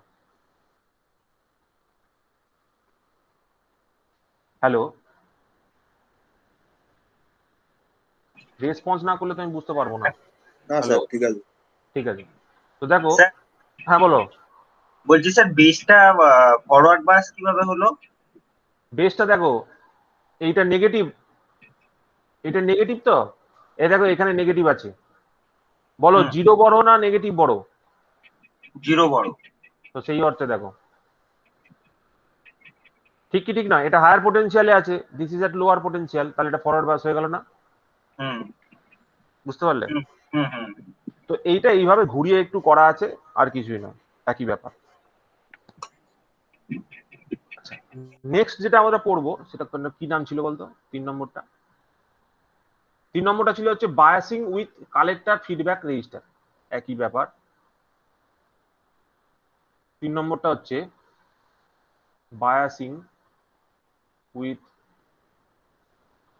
Collector feedback register. এই নামগুলোতেই সবকিছু লেখা থাকে, ঠিক আছে, আলাদা কিছু থাকে না। বলছে collector feedback register, collector feedback register মানে হচ্ছে কালেক্টর থেকে একটা ফিডব্যাক দিয়ে কানেকশন করা হবে। তার মানে হচ্ছে ধরো এইখানে যদি আমার কাছে এরকম ভাবে সাপোজ ইয়েটা যদি থাকে, ট্রানজিস্টারটা যদি থাকে, ঠিক আছে, আমরা এখানে সবসময় কি করছিলাম, প্লাস ভিসিসি সাপ্লাই দিচ্ছিলাম, এখানে আরসি ছিল, আর এদিকে আমার কাছে আইসি কারেন্ট ফ্লো হচ্ছিল, এইখানে আমার কাছে বেস কারেন্ট আইবি ফ্লো হচ্ছিল, আর এদিকে আমার কাছে আইই ফ্লো করছিল, এমিটার কারেন্ট। তো এইটাকে বোঝানোর জন্য, যেহেতু বলেছে কালেক্টর ফিডব্যাক, মানে কালেক্টর থেকে একটা ফিডব্যাক রেজিস্টার নিয়ে আসতে হবে, একটা রেজিস্টার নিয়ে আসতে হবে, সেই রেজিস্টার থেকেই ঘুরিয়ে বেসে সাপ্লাই দিয়ে দিতে হবে, ঠিক আছে। তো এইটাকে বলে ফিডব্যাক মেকানিজম। ফিডব্যাক মেকানিজম নিয়ে আমি পরে আরো ডিটেলে বলবো। ফিডব্যাক মানে হচ্ছে বায়াসিং উইথ কালেক্টর ফিডব্যাক মানে হচ্ছে কালেক্টর থেকে একটা কারেন্টের কম্পোনেন্টকে সেগ্রিগেট করে নেওয়া হয়, আলাদা করে নেওয়া হয়, ঠিক আছে। এখানে কালেক্টর কারেন্ট অ্যাকচুয়ালি এখান দিয়ে এই রেজিস্টারের মধ্যে দিয়ে যে কারেন্টটা ফ্লো, এই রেজিস্টারের মধ্যে দিয়ে যে কারেন্টটা ফ্লো হয়, that basically includes both collector current as well as base current. এই পয়েন্ট থেকে এসে এই দিকে বেস কারেন্টটা ফ্লো হতে শুরু করে, আর এই দিকে কালেক্টর কারেন্টের ফ্লো হওয়াটা শুরু হয়। আর এটা তো আমার আলটিমেটলি গ্রাউন্ড করাই থাকে, এমিটারটা গ্রাউন্ডেড থাকে, ঠিক আছে। এটা কিছুই নয়, এটা আমরা প্রত্যেকবার যে কাজটা করছি সেটা হচ্ছে ডিফারেন্ট ডিফারেন্ট সার্কিট তৈরি করছি, যার থ্রু দিয়ে আমরা আলটিমেটলি কালেক্টর জাংশনটাকে রিভার্স বায়াস করছি আর এমিটার জাংশনটাকে ফরওয়ার্ড বায়াস করছি, ঠিক আছে। জাস্ট আমরা ডিফারেন্ট টেকনিক্স কে দেখছি যে কিভাবে আমরা এই কাজটা করতে পারি, ঠিক আছে। জাস্ট এই পয়েন্টটুকু খেয়াল রাখলেই হবে। কালেক্টর ফিডব্যাক মানে হচ্ছে কালেক্টর থেকে একটা রেজিস্ট্যান্সকে ঘুরিয়ে আমরা বেসে সাপ্লাই দিচ্ছি, ঠিক আছে, আর কিছু নয়। জাস্ট একটা সিম্পল ফিগার, একটা সিম্পল মেকানিজম তোমরা এখান থেকে দেখতে পাচ্ছ, ঠিক আছে। এখানে যে ডিফারেন্সটা তোমরা এখানে নোট করতে পারো সেটা হচ্ছে যে এখানে যদি আমি একটা কি বলবো, কেভিএল অ্যাপ্লাই করি, এখানে কেভিএল ইকুয়েশনটা কিন্তু চেঞ্জ হয়ে যাবে। ঠিক আছে, এখানে কিন্তু কেভিএল ইকুয়েশনটা চেঞ্জ হয়ে যাবে। কিভাবে চেঞ্জ হবে দেখো, ভালো করে এই জিনিসটা নোট করো। জেনারেলি দেখো, ভালো করে বোঝো, এই সার্কিটটা থ্রু দিয়ে কারেন্টের ফ্লোটা হবে, এই সার্কিটটা থ্রু দিয়ে, রাইট? এবার এটা যদি বেস টার্মিনাল হয়, এটা প্লাস এটা মাইনাস, এইখানে আমরা ভিবিই ভোল্টেজটাকে পাবো। তো এইখান থেকে যদি লিখতে চাই তাহলে কি লিখবো, VCC minus IC plus IB into RC, ঠিক আছে, minus IB RB, what is RB, this one is RB, ঠিক আছে, এটা লিখিনি আরবি, মাইনাস ভিবিই ইকুয়ালস টু 0। তো আমরা আগের বারে একটা কনসিডারেশনে দেখেছিলাম যে আইই আর আইসি প্রায় কাছাকাছি হয়, ঠিক আছে, আইসির ভ্যালুটা ফার গ্রেটার দেন হয়ে থাকে কার থেকে, আইবির থেকে। তো এইটাকে আমি নেগলেক্ট করতে পারি, এটাকে আমি কি লিখতে পারি, আইসি প্লাস আইবিটাকে আইসির সঙ্গে ইকুয়াল লিখতে পারি, ঠিক আছে, যদিও এটা আমার করানো ঠিক নয়, তবুও এরকম ভাবেই রিপ্রেজেন্ট করা হয়, এই আইসি প্লাস আইবিটাকে আইসি দিয়ে রিপ্লেস করে দেওয়া হয় প্রায় ইকুয়াল বলে, আর আইবি আরবি মাইনাস ভিবিই ইকুয়ালস টু 0। এখানে জাস্ট এইটুকু তোমার এর চেঞ্জ আছে, ঠিক আছে, জাস্ট এক্সপ্রেশনটা জাস্ট এইটুকুরই একটা ফরমেশনের চেঞ্জ হয়, ঠিক আছে। মেন যে প্যারামিটারটা এখানে আছে সেই জিনিসটা আমি একটু পরে বলছি, সেটাকে বলে হচ্ছে স্টেবিলিটি ফ্যাক্টর, ঠিক আছে। স্টেবিলিটি ফ্যাক্টরটা কি জিনিস সেটা এই সার্কিটগুলো হয়ে যাওয়ার পরে আমি তোমাদের বলবো যে এই সার্কিটগুলো অ্যাকচুয়ালি আমাদের কোন সার্কিটের স্টেবিলিটি বেশি, ঠিক আছে, কোন সার্কিটটা বেটার সার্কিট সেটা আমরা বুঝতে পারবো from the stability factor criteria, ঠিক আছে। তো তার আগে আমরা এই সার্কিটের যে বেসিক স্ট্রাকচারটা, সেই বেসিক স্ট্রাকচারটা ড্র করছি, দাঁড় করাচ্ছি, তারপরে আমরা এখান থেকে তোমার আমাদের যে স্টেবিলিটি কোনটার বেশি বা স্টেবিলিটি ফ্যাক্টর ব্যাপারটা কি সেটা আমরা দেখব আর কি, ঠিক আছে। তো এটা হয়ে গেল আমাদের 3 নম্বর সার্কিট, যেটাকে আমরা বললাম biasing with the collector feedback. দেখো এটা বুঝতে পারলে কি করলাম, দেখো এগুলো ভেরি ইজি, এগুলোর এই মধ্যে নতুন কিছু নেই। সার্কিটটাকে মিটারে কোনো সাপ্লাই না, থাকে না? এমিটারে কোনো সাপ্লাই থাকে না, একমাত্র এমিটার বায়াসের মধ্যেই এই সার্কিটটা সাপ্লাই দেওয়া হয়, ঠিক আছে। একমাত্র এমিটারের জন্য, মানে এমিটার বায়াস মেথডটাতেই এই সার্কিটের সাপ্লাইটা থাকে, আদারওয়াইজ আর কোন রকম কোন সার্কিটেই তোমরা কিন্তু এই বায়াসিংটা পাবে না, ঠিক আছে, কোন রকম কোন সার্কিটেই পাবে না। আচ্ছা, আর লাস্ট মেথডটার নাম কি বলেছো? হ্যাঁ বলো বলো বলো। আর যদি স্যার সিগন্যাল অ্যাপ্লাই করতে হয় স্যার কোনখান থেকে করব? এই তো আচ্ছা, ওই এর মধ্যে। এখানে ইনপুট, এইখানে আউটপুট, এইখানে আউটপুট, ঠিক আছে। এইখানেও তোমার ধরো, এইখানেও কিন্তু আমরা ইনপুট অ্যাপ্লাই করতে পারি, ঠিক আছে, এই বেস সার্কিটে আমরা কিন্তু ইনপুট অ্যাপ্লাই করতে পারি, ঠিক আছে। এখানে রেজিস্ট্যান্সের এখান থেকে একটা টার্মিনাল নিয়ে আমরা এখানে অ্যাপ্লাই করতে পারি, ঠিক আছে, এখানে আমি গ্রাউন্ড করে দিয়েছি, তো এখানেও আমি অ্যাপ্লাই করতে পারি, ঠিক আছে, একটা ওপেন করে এখান দিয়ে আমি অ্যাপ্লাই করতে পারি ইনপুট হিসাবে, ঠিক আছে। এটা আছে, দেখো। তো নেক্সট যেটা আছে ভেরি ইজি, লাস্ট নামটা কি ছিল আমাদের বলতো, 4 নম্বরটার নাম ছিল হচ্ছে ভোল্টেজ ডিভাইডার বায়াস। এটাকে, হ্যাঁ, ভোল্টেজ ডিভাইডার বায়াসটাকে আমরা জেনারেলি ইউজ করে থাকি, এটা very easy, voltage divider bias.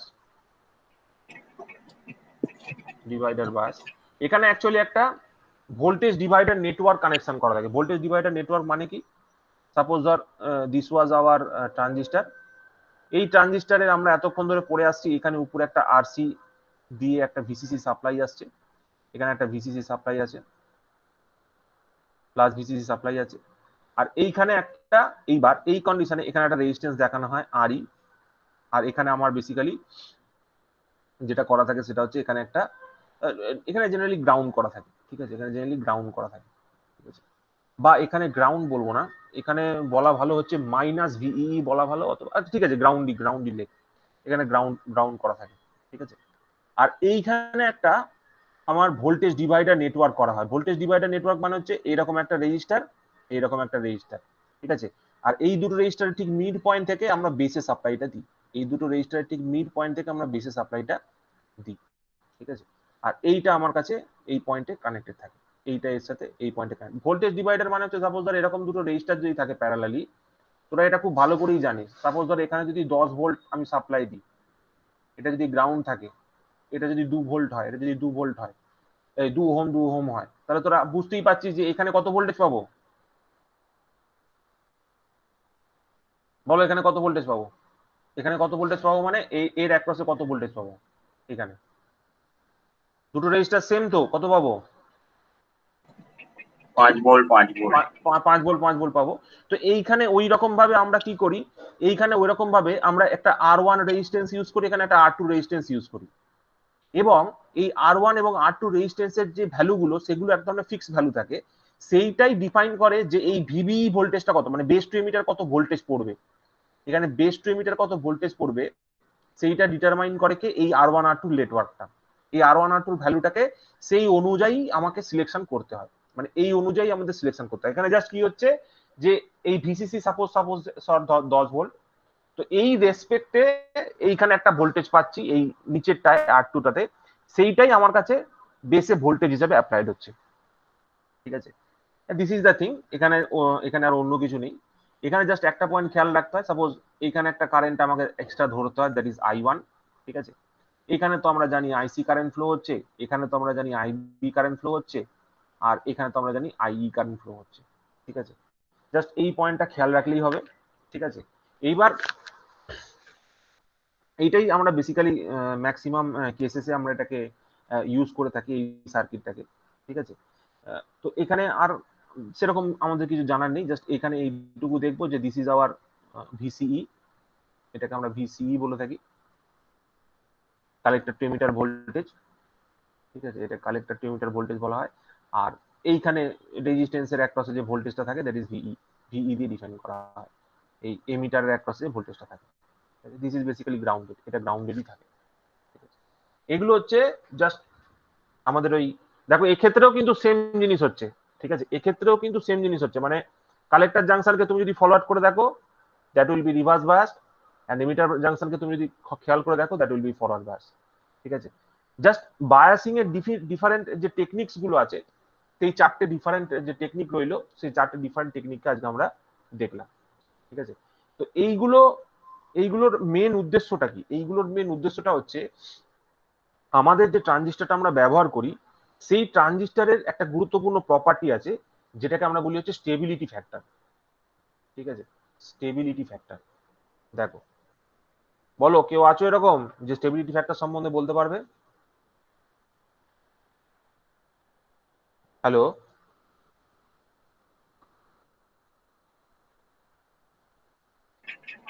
Stability factor সম্বন্ধে কারোর স্টেবিলিটি ফ্যাক্টর সম্বন্ধে কারোর আইডিয়া আছে? না স্যার। আইডিয়া নেই। হচ্ছে sir DP by D delta. হ্যাঁ, তো ওটা এইটা যে পাওয়ার সিস্টেম স্টেবিলিটি। না না, এটা অন্য জিনিস, এটা হচ্ছে একটা ট্রানজিস্টরের স্টেবিলিটি ফ্যাক্টর। ঠিক আছে, স্টেবিলিটি মানে কি? স্টেবিলিটি মানে হচ্ছে যে সত্যি কথা বলতে কি, স্টেবিলিটি মানে হচ্ছে এই যে ডিভাইসটা আছে, এই ডিভাইসটা কত ভালোভাবে কাজ করছে। এই ডিভাইসটা কত ভালোভাবে কাজ করছে সেটা ডিপেন্ড করবে এর মধ্যে দিয়ে কতটা কালেক্টর কারেন্ট ফ্লো হচ্ছে, আর এর মধ্যে দিয়ে কতটা রিভার্স লিকেজ কারেন্ট ফ্লো হচ্ছে, মানে কতটা পরিমাণ আইসি ফ্লো হচ্ছে তার উপর ডিপেন্ড করবে স্টেবিলিটি, আর কতটা পরিমাণ লিকেজ কারেন্ট ফ্লো হচ্ছে তার উপর ডিপেন্ড করবে স্টেবিলিটি। যদি লিকেজ কারেন্ট বেশি হয়ে যায়, লিকেজ কারেন্ট বেশি হয়ে গেলে কি হবে? ট্রানজিস্টরের হিটিং বেশি হবে। ট্রানজিস্টরে যদি হিটিং বেশি হয় তাহলে ট্রানজিস্টর কি হয়ে যাবে? ড্যামেজ হয়ে যাবে, তাই তো? তো স্টেবিলিটি ফ্যাক্টরকে আমরা এস দিয়ে ডিফাইন করি। S is nothing but DIC by DICO, মানে change in reverse leakage current with respect to change in collector current defines the stability factor. তাহলে আইসিওটাকে আমরা কি বলি? Reverse leakage current, reverse leakage current. আবার বলছি, the change in ICO which causes the change in DCO collector current IC, এই রেশিওটাকেই আমরা বলি হচ্ছে stability factor, DIC by DCO। ঠিক আছে, এইটাকেই আমরা বলি স্টেবিলিটি ফ্যাক্টর। ঠিক আছে, আর এই কন্ডিশনে খেয়াল রাখতে হবে, এই কন্ডিশনে আমাদেরকে কিন্তু base current and beta value এই দুটোকে কনস্ট্যান্ট রাখতে হবে। এই দুটো ভ্যারি করালে চলবে না, ঠিক আছে। So stability factor is nothing but the change in reverse leakage current with respect to the change in collector current, ঠিক আছে। ভুল বললাম, change in collector current with respect to the change in reverse leakage current, এই রেশিওটাই হচ্ছে আমাদের কাছে stability factor, ঠিক আছে। এবার দেখো তোমরা তো অনেক পড়াশোনা করেছো, বলো তো দেখি আমরা যে আইসি কালেক্টর কারেন্ট বার করেছিলাম, কালেক্টর কারেন্টকে দুটো কম্পোনেন্টে ভাগ করেছিলাম, মনে আছে? হ্যাঁ স্যার, কি কি ভাগ করেছিলাম বলো? আলফা আই আর আইসিও। হ্যাঁ, আলফা আইই প্লাস আইসিও, ঠিক আছে, সেরকম ভাবে ভাগ করেছিলাম, সেরকম ভাবে তো লিখতে পারি। তো আলফা আইই যেরকম, ঠিক আছে, আলফা আইই প্লাস আইসিবিও, ঠিক আছে, এরকম ভাবে লিখেছিলাম। তো এই টার্মটাকে আমরা আরো একটা ভাবে লিখতে পারি। কিরকম ভাবে লিখতে পারি? কিছুক্ষণ আগে আমরা দেখলাম না যে কমন, এই যে কমন কি মোড করছিলাম বলতে এর আগে, বিটার একটা ভ্যালু দেখলাম তো কমন এমিটার মোডে, আইসি বাই আইবি, ঠিক আছে। তো এই যে ইকুয়েশনটা আছে, ঠিক আছে, এই যে ইকুয়েশনটা আছে, এই ইকুয়েশনটাকে আরেকটু মডিফাই করে আমরা লিখতে পারি, ঠিক আছে। এই ইকুয়েশনটাকে আরেকটু করে মডিফাই করেও লিখতে পারি ইন টার্মস অফ, এটাকে যদি আমি, আচ্ছা ঠিক আছে, অসুবিধা নেই, এখান থেকেও করা যেতে পারে। আলফা সমান সমান এখানে কি লিখবো বলো? আইসি প্লাস আইবি লিখবো, ঠিক আছে। আবার প্লাস আইসিবিও লিখছি। আচ্ছা, তাহলে ওইদিকে যদি আইসিটা নিয়ে যায় তাহলে কি হবে? IC 1 minus alpha equals to alpha IB plus ICBO, alpha IC plus ICBO, ঠিক আছে। তাহলে IC equals to alpha by 1 minus alpha IB plus 1 by 1 minus alpha ICBO, তোমরা এটা শিখেছো। এবার এই আলফা বাই 1 মাইনাস আলফা এই টার্মটাকে আমরা কি বলি? বিটা বলি। সো বিটা আইবি প্লাস এইখানে যে টার্মটা আছে এটাকে যদি আমরা বিটার রেসপেক্টে চেঞ্জ করি তাহলে দেখবে এখানে আসবে কত আসবে বলো? আচ্ছা, কে বলবে বলো? আলফা বাই 1 মাইনাস আলফা, এটাকে আমরা লিখি বিটা হিসাবে। তাহলে what will be 1 by 1 minus alpha, ঠিক আছে, উপরে আলফা দিয়ে বাদ দে, তাহলে কত কত বলতো? উপরে আলফা, স্যার মাইনাস বিটা হবে না? না না, মাইনাস বিটা না, শুধু বিটা হবে। Alpha by 1 minus alpha will be beta. এখান থেকে যদি আমরা করি তো দেখবি এই টার্মটা আসবে 1 বাই 1 মাইনাস আলফা, টার্মটা আসবে বিটা প্লাস 1, ঠিক আছে। তো বিটা প্লাস 1 আইসিবিও এই টার্মটা এসে আমাদের কাছে উপস্থিত হচ্ছে, ঠিক আছে। এই আইসিবিওটাকেই আমি এখানে আইসিও লিখেছি, both are same. ICBO and ICO both are same, both are same. এটাও রিভার্স লিকেজ কারেন্টকে বোঝাচ্ছে, দুটোই রিভার্স লিকেজ কারেন্টকেই বোঝাচ্ছে, দুটো বোথ আর সেম। তা এই যে ভ্যালুটা আছে এই ভ্যালুটা এখানে বসাতে হবে, বুঝতে পারছো? তো এখানে যদি বসাই তাহলে কি হবে বলো? একটু বড় হবে তো ব্যাপারটা। স্টেবিলিটি ফ্যাক্টর এস সমান সমান ডিআইসি বাই ডিআইসিও। এবার বলো ডিআইসি ডিআইসিও অফ কত বেরিয়েছিল? বিটা আইবি, তাই তো, প্লাস বিটা প্লাস 1 আইসি ও, তাই তো, আইসিবিওটাকে আইসিও তে ট্রান্সফার করে দিচ্ছি। তো এখান থেকে আমরা কি লিখতে পাচ্ছি বলো? বোথ সাইড যদি ডিফারেন্সিয়েশন করি তাহলে এখান থেকে কি লিখতে পারবো? এখান থেকে লেখার দরকার নেই, স্টেবিলিটি ফ্যাক্টরটাকে হ্যাঁ এখানেও লিখতে পারি। এটা কত আছে? স্যার বিটা আইবিটা তো উঠে যাবে। Beta IB plus beta plus 1 ICBO, এখানে কি লিখেছি? হ্যাঁ, বিটা প্লাস 1 আইসিবিও। তাহলে এখানে কত হবে বলো? Beta plus beta DIB by DICO plus এখানে আরেকটা কি লিখতে পারবো? বিটা প্লাস 1 লিখতে পারবো, তাই তো, ডিআইসিও বাই ডিআইসিও, তাই তো। দেখো, তো দিস উইল বি 1, ঠিক আছে, এটা নিয়ে আমাদের কাছে অতটা প্রবলেম নেই। তাহলে এখান থেকে যদি আমরা স্টেবিলিটি ফ্যাক্টরকে ডিটারমাইন করতে চাই, ফর সাপোজ সে আমরা যদি এটাকে লিখি তো কি লিখতে পারবো? আমি চাইছিলাম অন্যভাবে লিখতে, যদিও কি লেখা যেতে পারে বলতো? সো এস সমান সমান আমাদের কাছে কি এসে উপস্থিত হলো? এখানে চলে এলো বিটা, চলে এলো একটা 1 চলে এলো, তার মানে বিটা যদি কমন নিই 1 প্লাস ডিআইবি বাই ডিআইসিও এখানে +1 আর একটা আসছে, তাই না? এরকম একটা আসছে না? ঠিক আছে, স্যার তো চেঞ্জ এই in IB with respect to change in IB by IC কি একটা লিখেছিলাম যেন, আইবি না কি একটা লিখেছি। এখানে এখানে আইসি বাই ওয়ান আইসিও লিখেছি। এই যে sir IC by IB equal to beta, তাহলে আইবি বাই আইসি এটা তো one by leakage beta. Current, IC by IB, বল আরেকবার বল কি বলছিস। বলছি স্যার আইসি বাই আইবি যদি বিটা হয় তাহলে IB by IC one by beta হবে, 1 তাহলে বাই এটা ওই ইকুয়েশনটা পুট করে দিলে। না, ওটা তো আমাকে কালে আইসিবিওটাকে তো ধরতে হবে। এই ইকুয়েশনটা কখন ভ্যালিড হবে? যখন লিকেজ থাকবে না। যখন লিকেজটাকে আমরা কনসিডার করছি না, ঠিক আছে? যদি লিকেজ কনসিডার করি তো তখন এখানে এটা আসবে, ঠিক আছে? তো এখান থেকে আমরা এইভাবে এস কে একটা টার্মে লিখতে পারি, এইভাবেও রিপ্রেজেন্ট করতে পারি, ঠিক আছে? অসুবিধা কিছু নেই, এটার একটা ফর্ম অফ রিপ্রেজেন্টেশন আমাদের কাছে আইসির এসে উপস্থিত হলো। তাহলে আইসির পরিবর্তে আমরা যেটা পেলাম বেসিক্যালি, দেখো আইবি বাই, আচ্ছা ডিআইবি বাই ডিআইসিও একটা টার্ম এসছে, তাই তো? ডিআইবি বাই ডিআইসিও একটা টার্ম এসছে, ঠিক আছে, অসুবিধা কিছু নেই। এখানে আমাদের কি এসেছিল? আইবি আইসিও এসছে, আচ্ছা আইবি আইসিও এসছে। আমাদের মনে হচ্ছে এই ইকুয়েশনটা একটু ঠিকই তো এসছে, এই ইকুয়েশনে তো কোনো ভুল আসেনি। IC equals to beta IB plus beta plus 1 ICBO, ঠিকই আছে, ঠিক আছে, ঠিকই আছে, অসুবিধা নেই। ঠিক আছে, এটাও একটা রিপ্রেজেন্টেশন, ঠিক আছে, দিস ইজ স্টেবিলিটি ফ্যাক্টর একটা রিপ্রেজেন্টেশন, অসুবিধা কিছু নেই, ঠিকই আছে।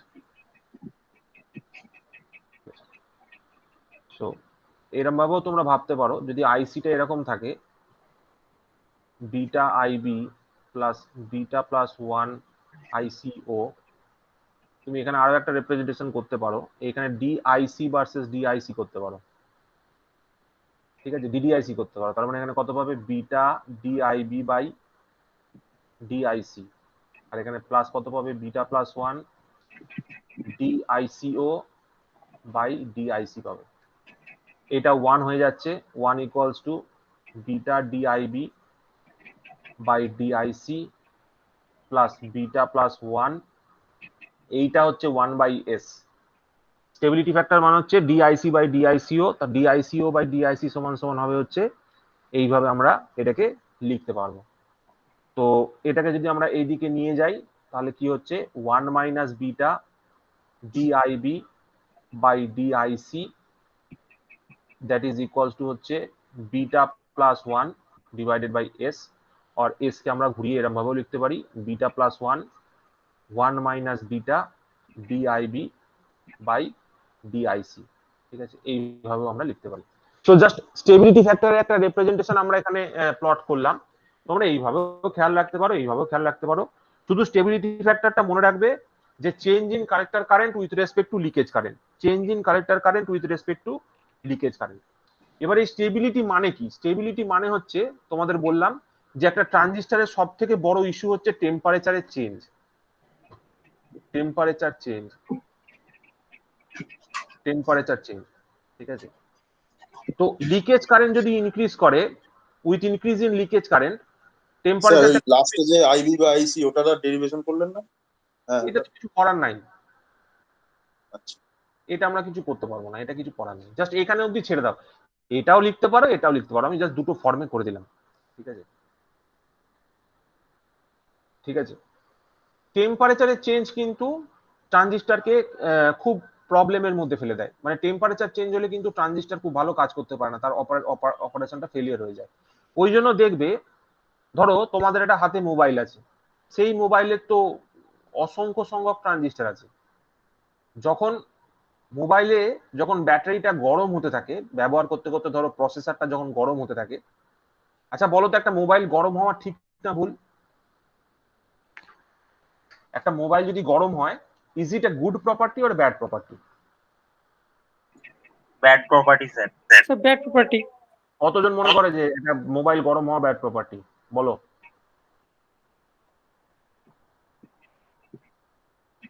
দুজন বললাম। হ্যাঁ, তো দেখো একটা জিনিস বলি, একটা মোবাইল যখন গরম হয়, একটা মোবাইল যখন হিট হয়, তুমি যখন হাতে সেটাকে অনুভব করতে পারো, তার মানে হচ্ছে সেই মোবাইলের মধ্যে থাকা যে কুলিং সিস্টেমটা, সেই কুলিং সিস্টেমটা মোবাইলের যে আউটার সেলটা আছে, আউটার সেলটা দিয়ে বাইরেতে, মানে এক্সটার্নাল ওয়ার্ল্ডের মধ্যে তাপটাকে বাইরে বার করে দিতে পারছে। ঠিক আছে, অ্যাকচুয়ালি যখন কোনো ডিভাইস গরম হতে থাকে, সেই ডিভাইসটা কিন্তু অ্যাকচুয়ালি খুব ভালোভাবে হিট এক্সচেঞ্জ করতে থাকে। ঠিক আছে, মানে বাইরের সঙ্গে হিটটা ট্রান্সফার করতে থাকে। তার মানেটা কি? তার মানেটা হচ্ছে তার হিটিং, তার কুলিং সিস্টেমটা কাজ করছে। ঠিক আছে, যদি তার মধ্যে কুলিং সিস্টেমটার ফেলিয়ার হয়, তাহলে তো টেম্পারেচার বাড়তে বাড়তে এক সময় গলে যাবে, বাস্ট করবে, সেটা অন্য ব্যাপার। কিন্তু যতক্ষণ পর্যন্ত ডিভাইসটা গরম হচ্ছে, গরম হয়ে যাওয়ার পর তোমার যখন ব্যবহার করা হয়ে যাচ্ছে, সেটা আবার ঠান্ডা হয়ে যাচ্ছে, তার মানে হচ্ছে ওই ডিভাইসটা ওর সারফেসটাকে ব্যবহার করছে তাড়াতাড়ি কুল করার জন্য। ঠিক আছে, সো মোবাইল যখন গরম হচ্ছে, তার মানে এটা জানবে তোমার ভেতরে থাকা যে ট্রানজিস্টারটা, সেই ট্রানজিস্টারটা হিটটা অ্যাবজর্ব করছে না, তোমার মোবাইলের বডি থ্রু দিয়ে সেই হিটটা বাইরে এক্সচেঞ্জ হয়ে যাচ্ছে। ঠিক আছে, হোয়ার অ্যাজ এটা তুমি ভালোভাবে খেয়াল করবে, তোমার যদি মোবাইলে মেটাল কভার থাকে, তোমার মোবাইল যদি মেটাল দিয়ে তৈরি হয়, তাহলে দেখবে মোবাইলটা হিট হয়। সেই হিটটা হওয়ার ফলে কি হয়, হিটটা ভেতরে জমা থাকে না, হিটটা বাইরের এক্সটার্নাল ওয়ার্ল্ডে বেরিয়ে যেতে থাকে। কিন্তু তোমার মোবাইল যদি প্লাস্টিকের হয়, তখন বাহ আমার মোবাইল খুব ভালো, আমার মোবাইল গরম হয় না, আমার মোবাইল গরম হয় না। ভুল ধারণা। মোবাইলটা যেটা গরম হওয়ার সেটা গরম হবেই, কিন্তু সেই হিটটা ভেতরেই ট্র্যাপড হয়ে থেকে যায়। আর হিট যদি ভেতরে ট্র্যাপড হয়ে থেকে যায়, তাহলে ট্রানজিস্টার যে মানে যে প্রসেসরটা রয়েছে তার মধ্যে যে ট্রানজিস্টার আছে, সেইগুলো কিন্তু সেই হিটটা অ্যাবজর্ব করতে শুরু করে। ভালো করে বোঝো কি বলছি। সেই ট্রানজিস্টার যদি সেই হিটটা অ্যাবজর্ব করতে শুরু করে, তাহলে মনে রাখবে ট্রানজিস্টারের দুটো ইন্টারনাল প্যারামিটার আছে, একটা হচ্ছে বিটা ভ্যালু আর বেস টু এমিটার ভোল্টেজ। এই দুটো এমন প্যারামিটার ট্রানজিস্টারের, যেটা কিন্তু for every transistor will be different. মানে ধরো যমজ দুটো ভাইয়ের মধ্যেও যেমন অনেক অমিল থাকে, ঠিক সেই রকম একই ছাঁচে ফেলা দুটো ট্রানজিস্টারও কিন্তু তাদের বিটা ভ্যালু আর ভিবি ভ্যালু ডিফারেন্ট হয়। তো এই দুটো হচ্ছে ট্রানজিস্টারের একটা ইনহেরেন্ট প্রপার্টি। ঠিক আছে, তো এই দুটো প্রপার্টি প্রত্যেকটা ট্রানজিস্টারের যেহেতু আলাদা হয়, তো হিট চেঞ্জ হওয়ার সাথে সাথে এই বিটা ভ্যালু আর ভিবি ভ্যালু এই ট্রানজিস্টারটার মধ্যে চেঞ্জ হয়ে যায়, এবং তার অপারেশনটা কিন্তু ডিফারেন্ট হয়ে যায়। প্রত্যেকটা ট্রানজিস্টার কিন্তু আর সিমিলার গ্রাউন্ডসে অপারেট করতে পারে না। So heating causes a major issue. ঠিক আছে, মানে প্রবলেমটা হচ্ছে তুমি যখন আইদার তোমার অপশন, তাহলে কি রয়েছে, অপশন রয়েছে তুমি ট্রানজিস্টারটাকে খুলে দাও, একটা ট্রানজিস্টার দিয়ে রিপ্লেস করো, আর কোনো অপশন নেই। ঠিক আছে, তো আশা করি কি বললাম বুঝতে পারলে। এই ট্রানজিস্টারের স্টেবিলিটি ফ্যাক্টর অথবা ট্রানজিস্টার যে স্টেবিলাইজেশন বলে একটা টার্ম ইউজ হয় ট্রানজিস্টারের ক্ষেত্রে, ট্রানজিস্টারের স্টেবিলাইজেশন হচ্ছে সেই পথ যার মাধ্যমে ট্রানজিস্টারকে টেম্পারেচার ইন্ডিপেন্ডেন্ট করা হয়। টেম্পারেচার ইন্ডিপেন্ডেন্ট তার মানেটা কি স্যার? ইন্ডিপেন্ডেন্ট মানেটা কি স্যার, ভালো করে বলুন।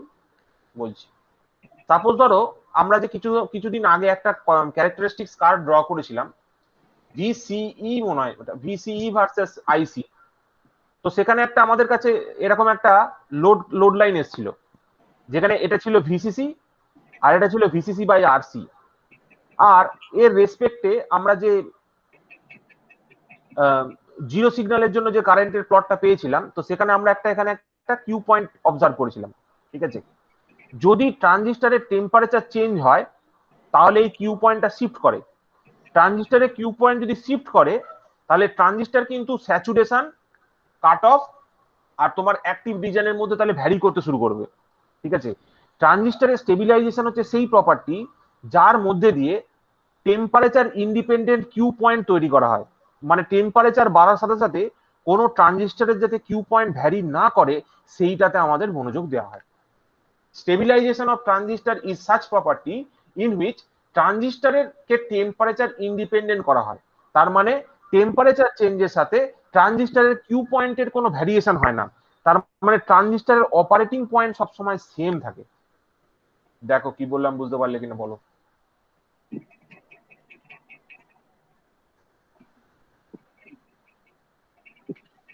কি বললাম বুঝতে পারলে? What is stabilisation? ট্রানজিস্টারের স্টেবিলাইজেশন কি জিনিস বুঝতে পারলে কিনা বলো, যদি বোঝা না যায় আমি বলবো, আবার অসুবিধা নেই।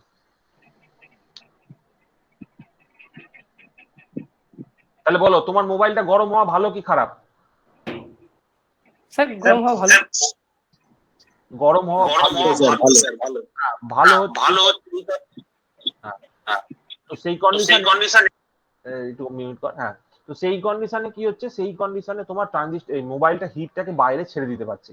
যদি ছাড়তে না পারতো তোমার ট্রানজিস্টরের ইন্টারনাল যে মেমোরি যে তোমার যে ইয়েটা রয়েছে, চিপটা রয়েছে, সেই চিপটা হয়ে যেত damage due to the temperature. ঠিক আছে, এবার সেইটার কিভাবে ড্যামেজ হতো, সেইটা আমরা ড্যামেজ এটা এখান থেকে জানতে পারছি যে প্রত্যেকটা ট্রানজিস্টরের দুটো প্রপার্টি থাকে, যেটাকে বলে বিটা ভ্যালু আর VBE, base to emitter voltage.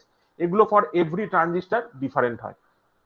তো টেম্পারেচার চেঞ্জ কি করে, টেম্পারেচার চেঞ্জ আমাদের এই অপারেটিং পয়েন্টটাকে শিফটিং করিয়ে দেয়। অপারেটিং পয়েন্ট শিফট হয়ে গেলে কি হবে, ওটা এই দিকে আমরা সেই আবিষ্কার করেছিলাম যে দিকটা স্যাচুরেশন জোনের মধ্যে পড়ে। তারপরে এরপর থেকে একটা জোন থাকে যেখানে আমাদের তোমার কাট অফ জোনের মধ্যে চলে যায়। ঠিক আছে, তো এই ট্রানজিস্টরটা যাতে এই পার্টিকুলার পয়েন্টে অপারেট করে, ঠিক আছে, থ্রু আউট দি অপারেশন, তো টেম্পারেচারের চেঞ্জ যাতে ট্রানজিস্টরের কিউ পয়েন্টটাকে কোনোভাবে শিফট করতে না পারে, ধরো ডান দিক বাঁ দিক না করে দিল। ঠিক আছে, ডান দিক বাঁ দিক মানে হচ্ছে সাপোজ ধরো এটা ধরো এরকম হয়ে গেল, বা এটা ধরো এরকম হয়ে গেল। ঠিক আছে, মানে এটা ধরো এই এই দিকে চলে এলো, স্যাচুরেশন রিজিয়নের মধ্যে চলে এলো, তাহলে তো আর ট্রানজিস্টর তার আগের মতো কাজ করবে না।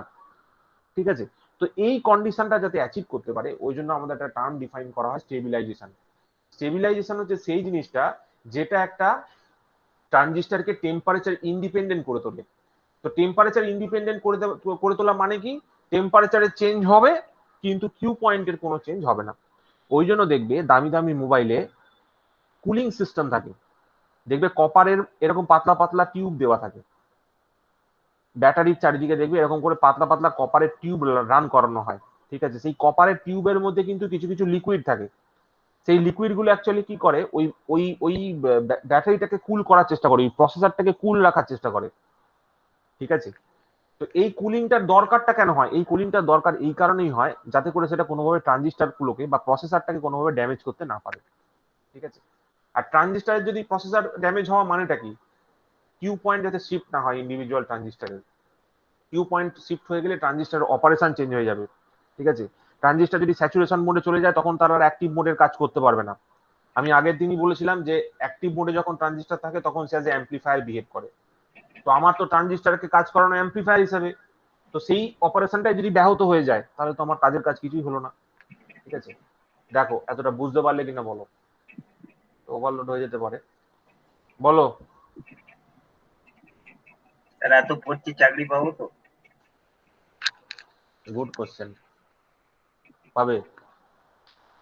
দেখো তোমাদের একটা গল্প বলি।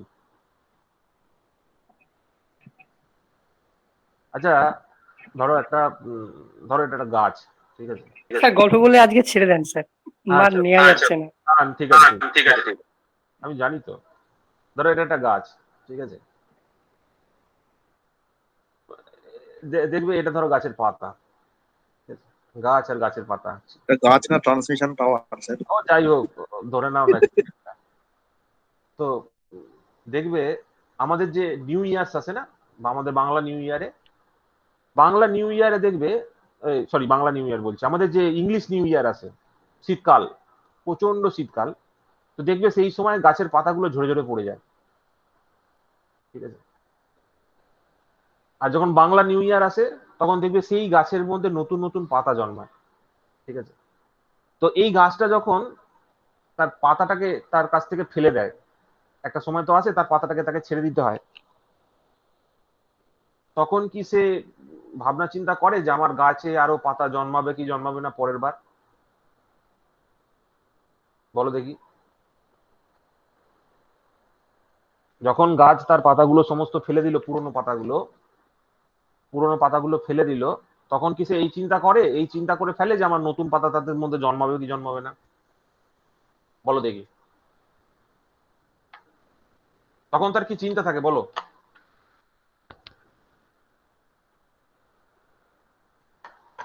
হ্যাঁ স্যার অবশ্যই চিন্তা থাকে। ও জানে যে পরের বার আবার ঠিক পাতা গজিয়ে যাবে। পরের বার আবার ঠিক পাতা গজিয়ে যাবে, তাই তো, আবার নতুন নতুন পাতা আসবে, ও আরো বড় হয়ে ফুটবে। ঠিক আছে, তার সাইজ কিন্তু আস্তে আস্তে আরো বড় হবে, শুধু নতুন পাতা আসবে না, তার শেপটাও কিন্তু চেঞ্জ হবে, তার আকারটাও কিন্তু বড় হবে, ঠিক আছে। এবং এই কন্ডিশনে তার যতটা কি বলবো ঝড় ঝঞ্ঝা ঝাপটা সহ্য করার ক্ষমতা ছিল, এই কন্ডিশনে কিন্তু তার ঝড় ঝঞ্ঝা ঝাপটা সহ্য করার ক্ষমতা কিন্তু অনেক বেড়ে যায়, ঠিক আছে। তো এটা সবসময় মনে রাখবে। ঘটনাটা হচ্ছে কি বলতো, আমাদের আমরা যখন পড়াশোনা করি, যখন কোনো জিনিসের প্রিপারেশন নিই, তখন হচ্ছে আমরা এট এ টাইম, ধরো আজকেই কোনো রেজাল্ট পাই না, আজ থেকে 1 মাস বাদে কোনো রেজাল্ট পাই না, 2 মাস বাদে কোনো রেজাল্ট পাই না, 3 মাস বাদে কোনো রেজাল্ট পাই না, 4 মাস বাদে কোনো রেজাল্ট পাই না। কিন্তু হঠাৎ করে দেখবে কোনো একদিন একটা পরীক্ষার ফর্ম ফিল আপ হয়ে যায়। সেই পরীক্ষার ফর্ম ফিল আপ থেকে উইদিন 4 to 5 মান্থস সেই পরীক্ষাটাও চলে আসে। আমরা যেহেতু কখনোই অভ্যাসটা করি না যে আমাদের প্রিপারেশনটাকে একটা মিনিমাম লেভেলে সবসময় মেনটেন করে যাওয়ার, তার জন্য কি হয়, যখন আমরা ফর্মটা ফিল আপ করি সেই সময়টা আমাদের মধ্যে একটা হঠাৎ করে আর্জেন্সি চলে আসে যে না, এবার পড়াশোনা করতে হবে। সেই আর্জেন্সিটা এক্সিস্ট করে মাত্র 2 থেকে 3 দিন, 2 to 3 days। তারপরে আমাদের পেশেন্স নষ্ট হয়ে যায়, আমরা পড়াশোনাটাকে অটোমেটিক বন্ধ করে দিই।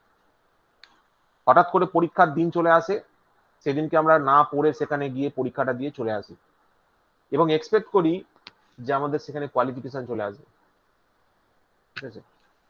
তো এই কোয়ালিফিকেশনটা অ্যাকচুয়ালি ডিটারমাইন করবে শুধু যখন ফর্ম বেরোলো আর যখন তুমি পরীক্ষা দিতে গেলে, এইটুকু ডিউরেশন নয় কিন্তু, আমি তোমাকে বারবার বলছি।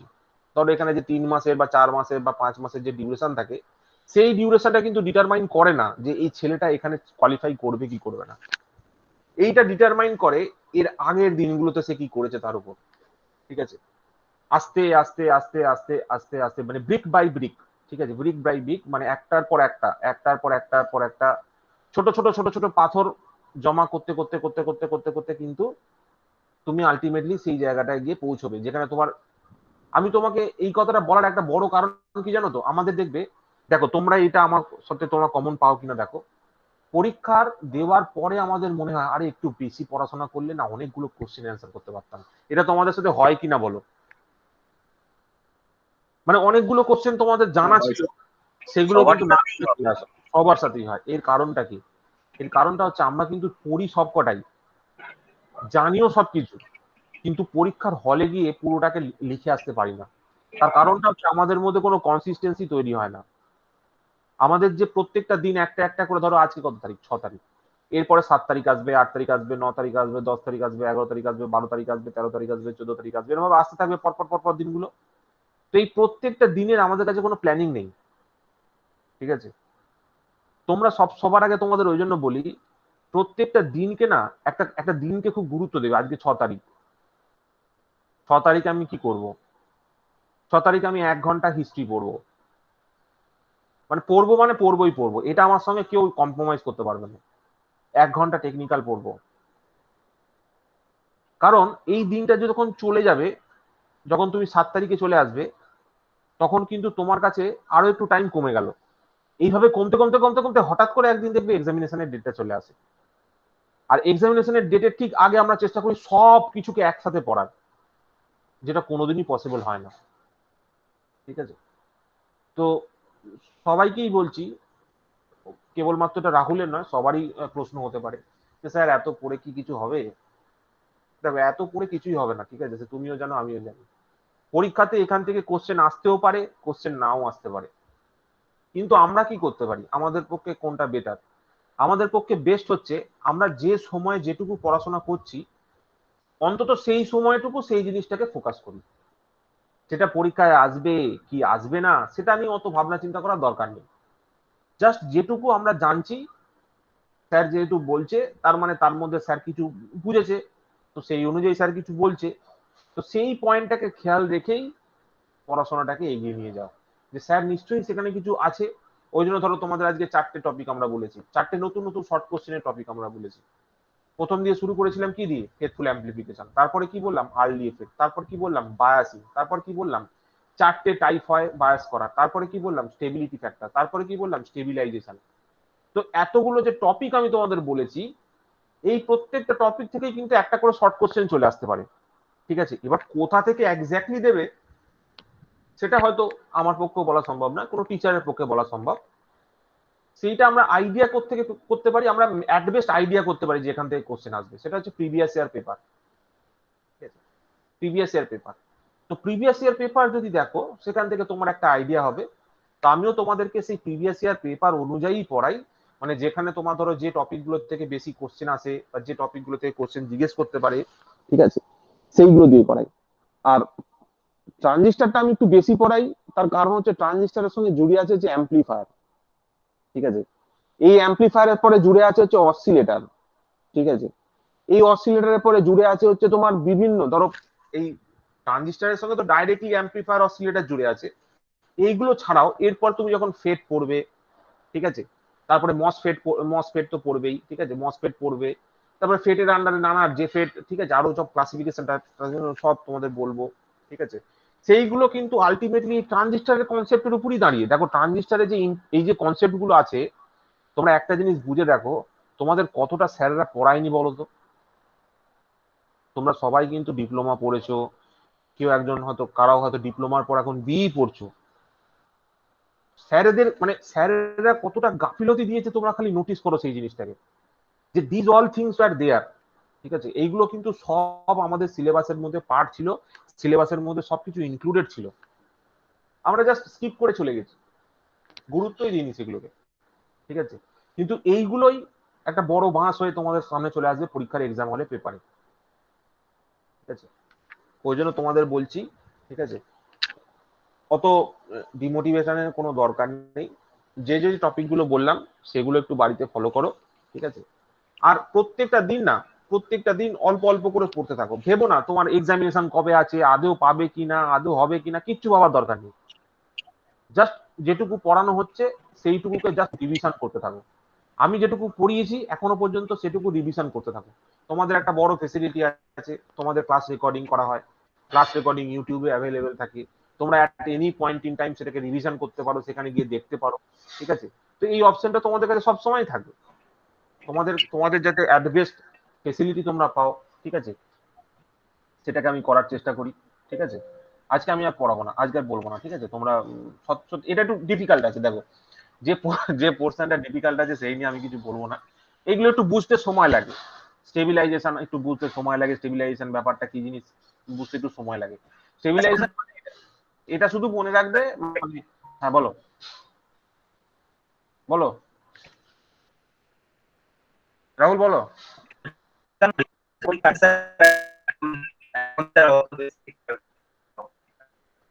কোনটা?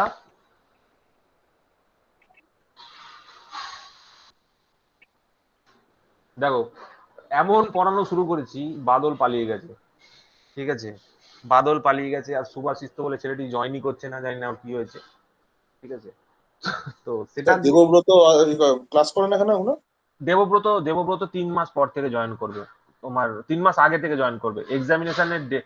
এক্সামিনেশন যখন ইয়ে হবে, ঠিক আছে, এক্সামিনেশনের যখন পেপার বেরোবে, ঠিক আছে, এই যে ধরো কি এই যে বললাম, এক্সামিনেশন? আমাদের যখন এসএসসি জেইর পেপার বেরোবে আর কি, আচ্ছা ফর্ম ফিল আচ্ছা। আপ, তারপরে 3 মাসও করবে, 3 মাস সময় থাকে না, ওই জন্য ওরা করবে। এবার ব্যাপারটা হয় কি, আমি বারবারই বলছি, যখন এক্সামিনেশনের টাইম চলে আসবে তখন কিন্তু আমি গিয়েতে পড়াবো, তখন কিন্তু মানে কোনো ছাড়ছুড় নেই। তার আগে পর্যন্ত যতটা হচ্ছে, যেরকম ভাবে হচ্ছে চলুক, ঠিক আছে। কারণ আমার টার্গেট হচ্ছে, দেখো আমাদের টার্গেট হচ্ছে, আমরা এখন ট্রানজিস্টার পড়ছি, ট্রানজিস্টারটাকে শেষ করতে আমার মোটামুটি এখনো 2 দিন লাগবে, ঠিক আছে। ট্রানজিস্টারের পর আমি পড়াবো অ্যাম্পলিফায়ার, অ্যাম্পলিফায়ারের পর পড়াবো অসিলেটর, অসিলেটর হয়ে গেলে আমরা পড়াবো হচ্ছে জেফেট ফেট, ঠিক আছে, এইগুলো। তারপরে মসফেটটাকে ডিটেলে বুঝবো, ঠিক আছে। মসফেট হয়ে যাওয়ার পর আমরা চলে যাব হচ্ছে তোমার ওই আরো ধরো তোমরা ওইদিকে যদি যেতে চাও, যে টপিক গুলো আছে, for example class A, class B, class C amplifier, ঠিক আছে, ওইগুলো একটু ডিটেলে তোমাদেরকে বলবো, ঠিক আছে। অসুবিধা কিছু নেই, সমস্ত ক্লাস আস্তে আস্তে আস্তে আস্তে করতে থাকো, দেখবে হয়ে যাবে, অসুবিধা নেই। তো ট্রানজিস্টারটাকে একটুখানি আমাদের বেশি করে স্যার পড়তে শুনতে হবে। পাচ্ছেন? হ্যাঁ শুনতে পাচ্ছি, বলো, শুনতে পাচ্ছি, বলো। বলছি স্যার ওই এগুলো স্যার, ওই band pass, high pass, low pass. হ্যাঁ ওটা ফিল্টার, ওটা তো ইয়েতে পড়াবো, ওটা পড়াবো হচ্ছে তোমার ইয়েতে সার্কিট থিওরিতে, আচ্ছা আচ্ছা। ফিল্টার ফিল্টার সার্কিট, ওটা গ্রেট। আমি ফিল্টার সার্কিটে পড়াবো, ঠিক আছে। তো আজকে এই পর্যন্তই থাক, অসুবিধা নেই, আমি নোট পাঠিয়ে দিচ্ছি, তোমরা দেখো, ঠিক আছে। তোমরা এইটুকু বোঝো যে স্টেবিলাইজেশন মানে হচ্ছে একটা ট্রানজিস্টরের মধ্যে যাতে টেম্পারেচার ভ্যারিয়েশন না হয় সেইটাকে অ্যাভয়েড করাটা। ঠিক আছে, যেভাবে বললাম যে মোবাইল গরম হয়ে গেলে মোবাইলের মধ্যে ট্রানজিস্টর থাকে, তার টেম্পারেচারটা চেঞ্জ হয়ে যায়, তো সেই ভ্যারিয়েশনটাকে আটকানো হয় কিভাবে? হিটটাকে বাইরে বার করে দিয়ে। তো ঠিক সেম ঘটনাটা কিন্তু আমাদের এখানেও করা হয়, মানে ট্রানজিস্টরের এটাকেই বলে স্টেবিলাইজেশন। আর স্টেবিলাইজেশন থেকেই আসে স্টেবিলিটি ফ্যাক্টর। ঠিক আছে, সেই স্টেবিলিটি ফ্যাক্টরের মধ্যে ওই জন্য আমরা দেখলে যে লিকেজ কারেন্টের কনসেপ্টটা বললাম, লিকেজ কারেন্ট যত বাড়বে হিট তত বাড়বে। ঠিক আছে, মানে কালেক্টর কারেন্টের change with respect two leakage current, এটা আমরা কেন ইউজ করছি? হিটটাকে বোঝানোর জন্য। লিকেজ কারেন্ট ডাইরেক্টলি হিটকে ইন্ডিকেট করে। ঠিক আছে, ব্যাস এই পর্যন্তই থাক, অসুবিধা নেই। ঠিক আছে, কারোর কোনো ডাউট আছে? কিছু কোশ্চেন থাকলে জিজ্ঞেস করতে পারো। আর আমি এখন স্টেবিলাইজেশন বলে আমাদের একটা আরো আছে এসি অ্যানালিসিস আছে, এসি অ্যানালিসিসটা করবো আমরা। ঠিক আছে, তখন কিন্তু একটু ধৈর্য ধরে বসবে। ঠিক আছে, অসুবিধা নেই, আমি আস্তে আস্তেই বলবো। ঠিক আছে, কোনো প্রবলেম নেই। কি বলছো বলো রাহুল? এখানেই তার নাহলে আমরা শেষ করে দেবো।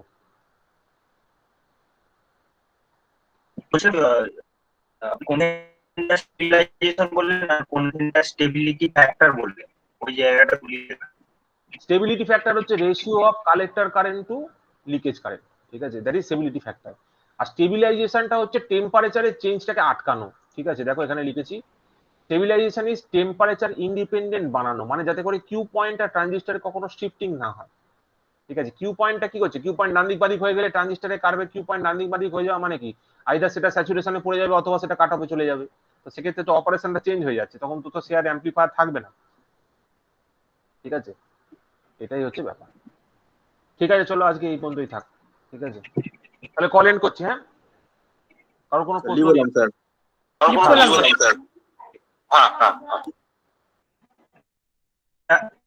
স্যার নাকি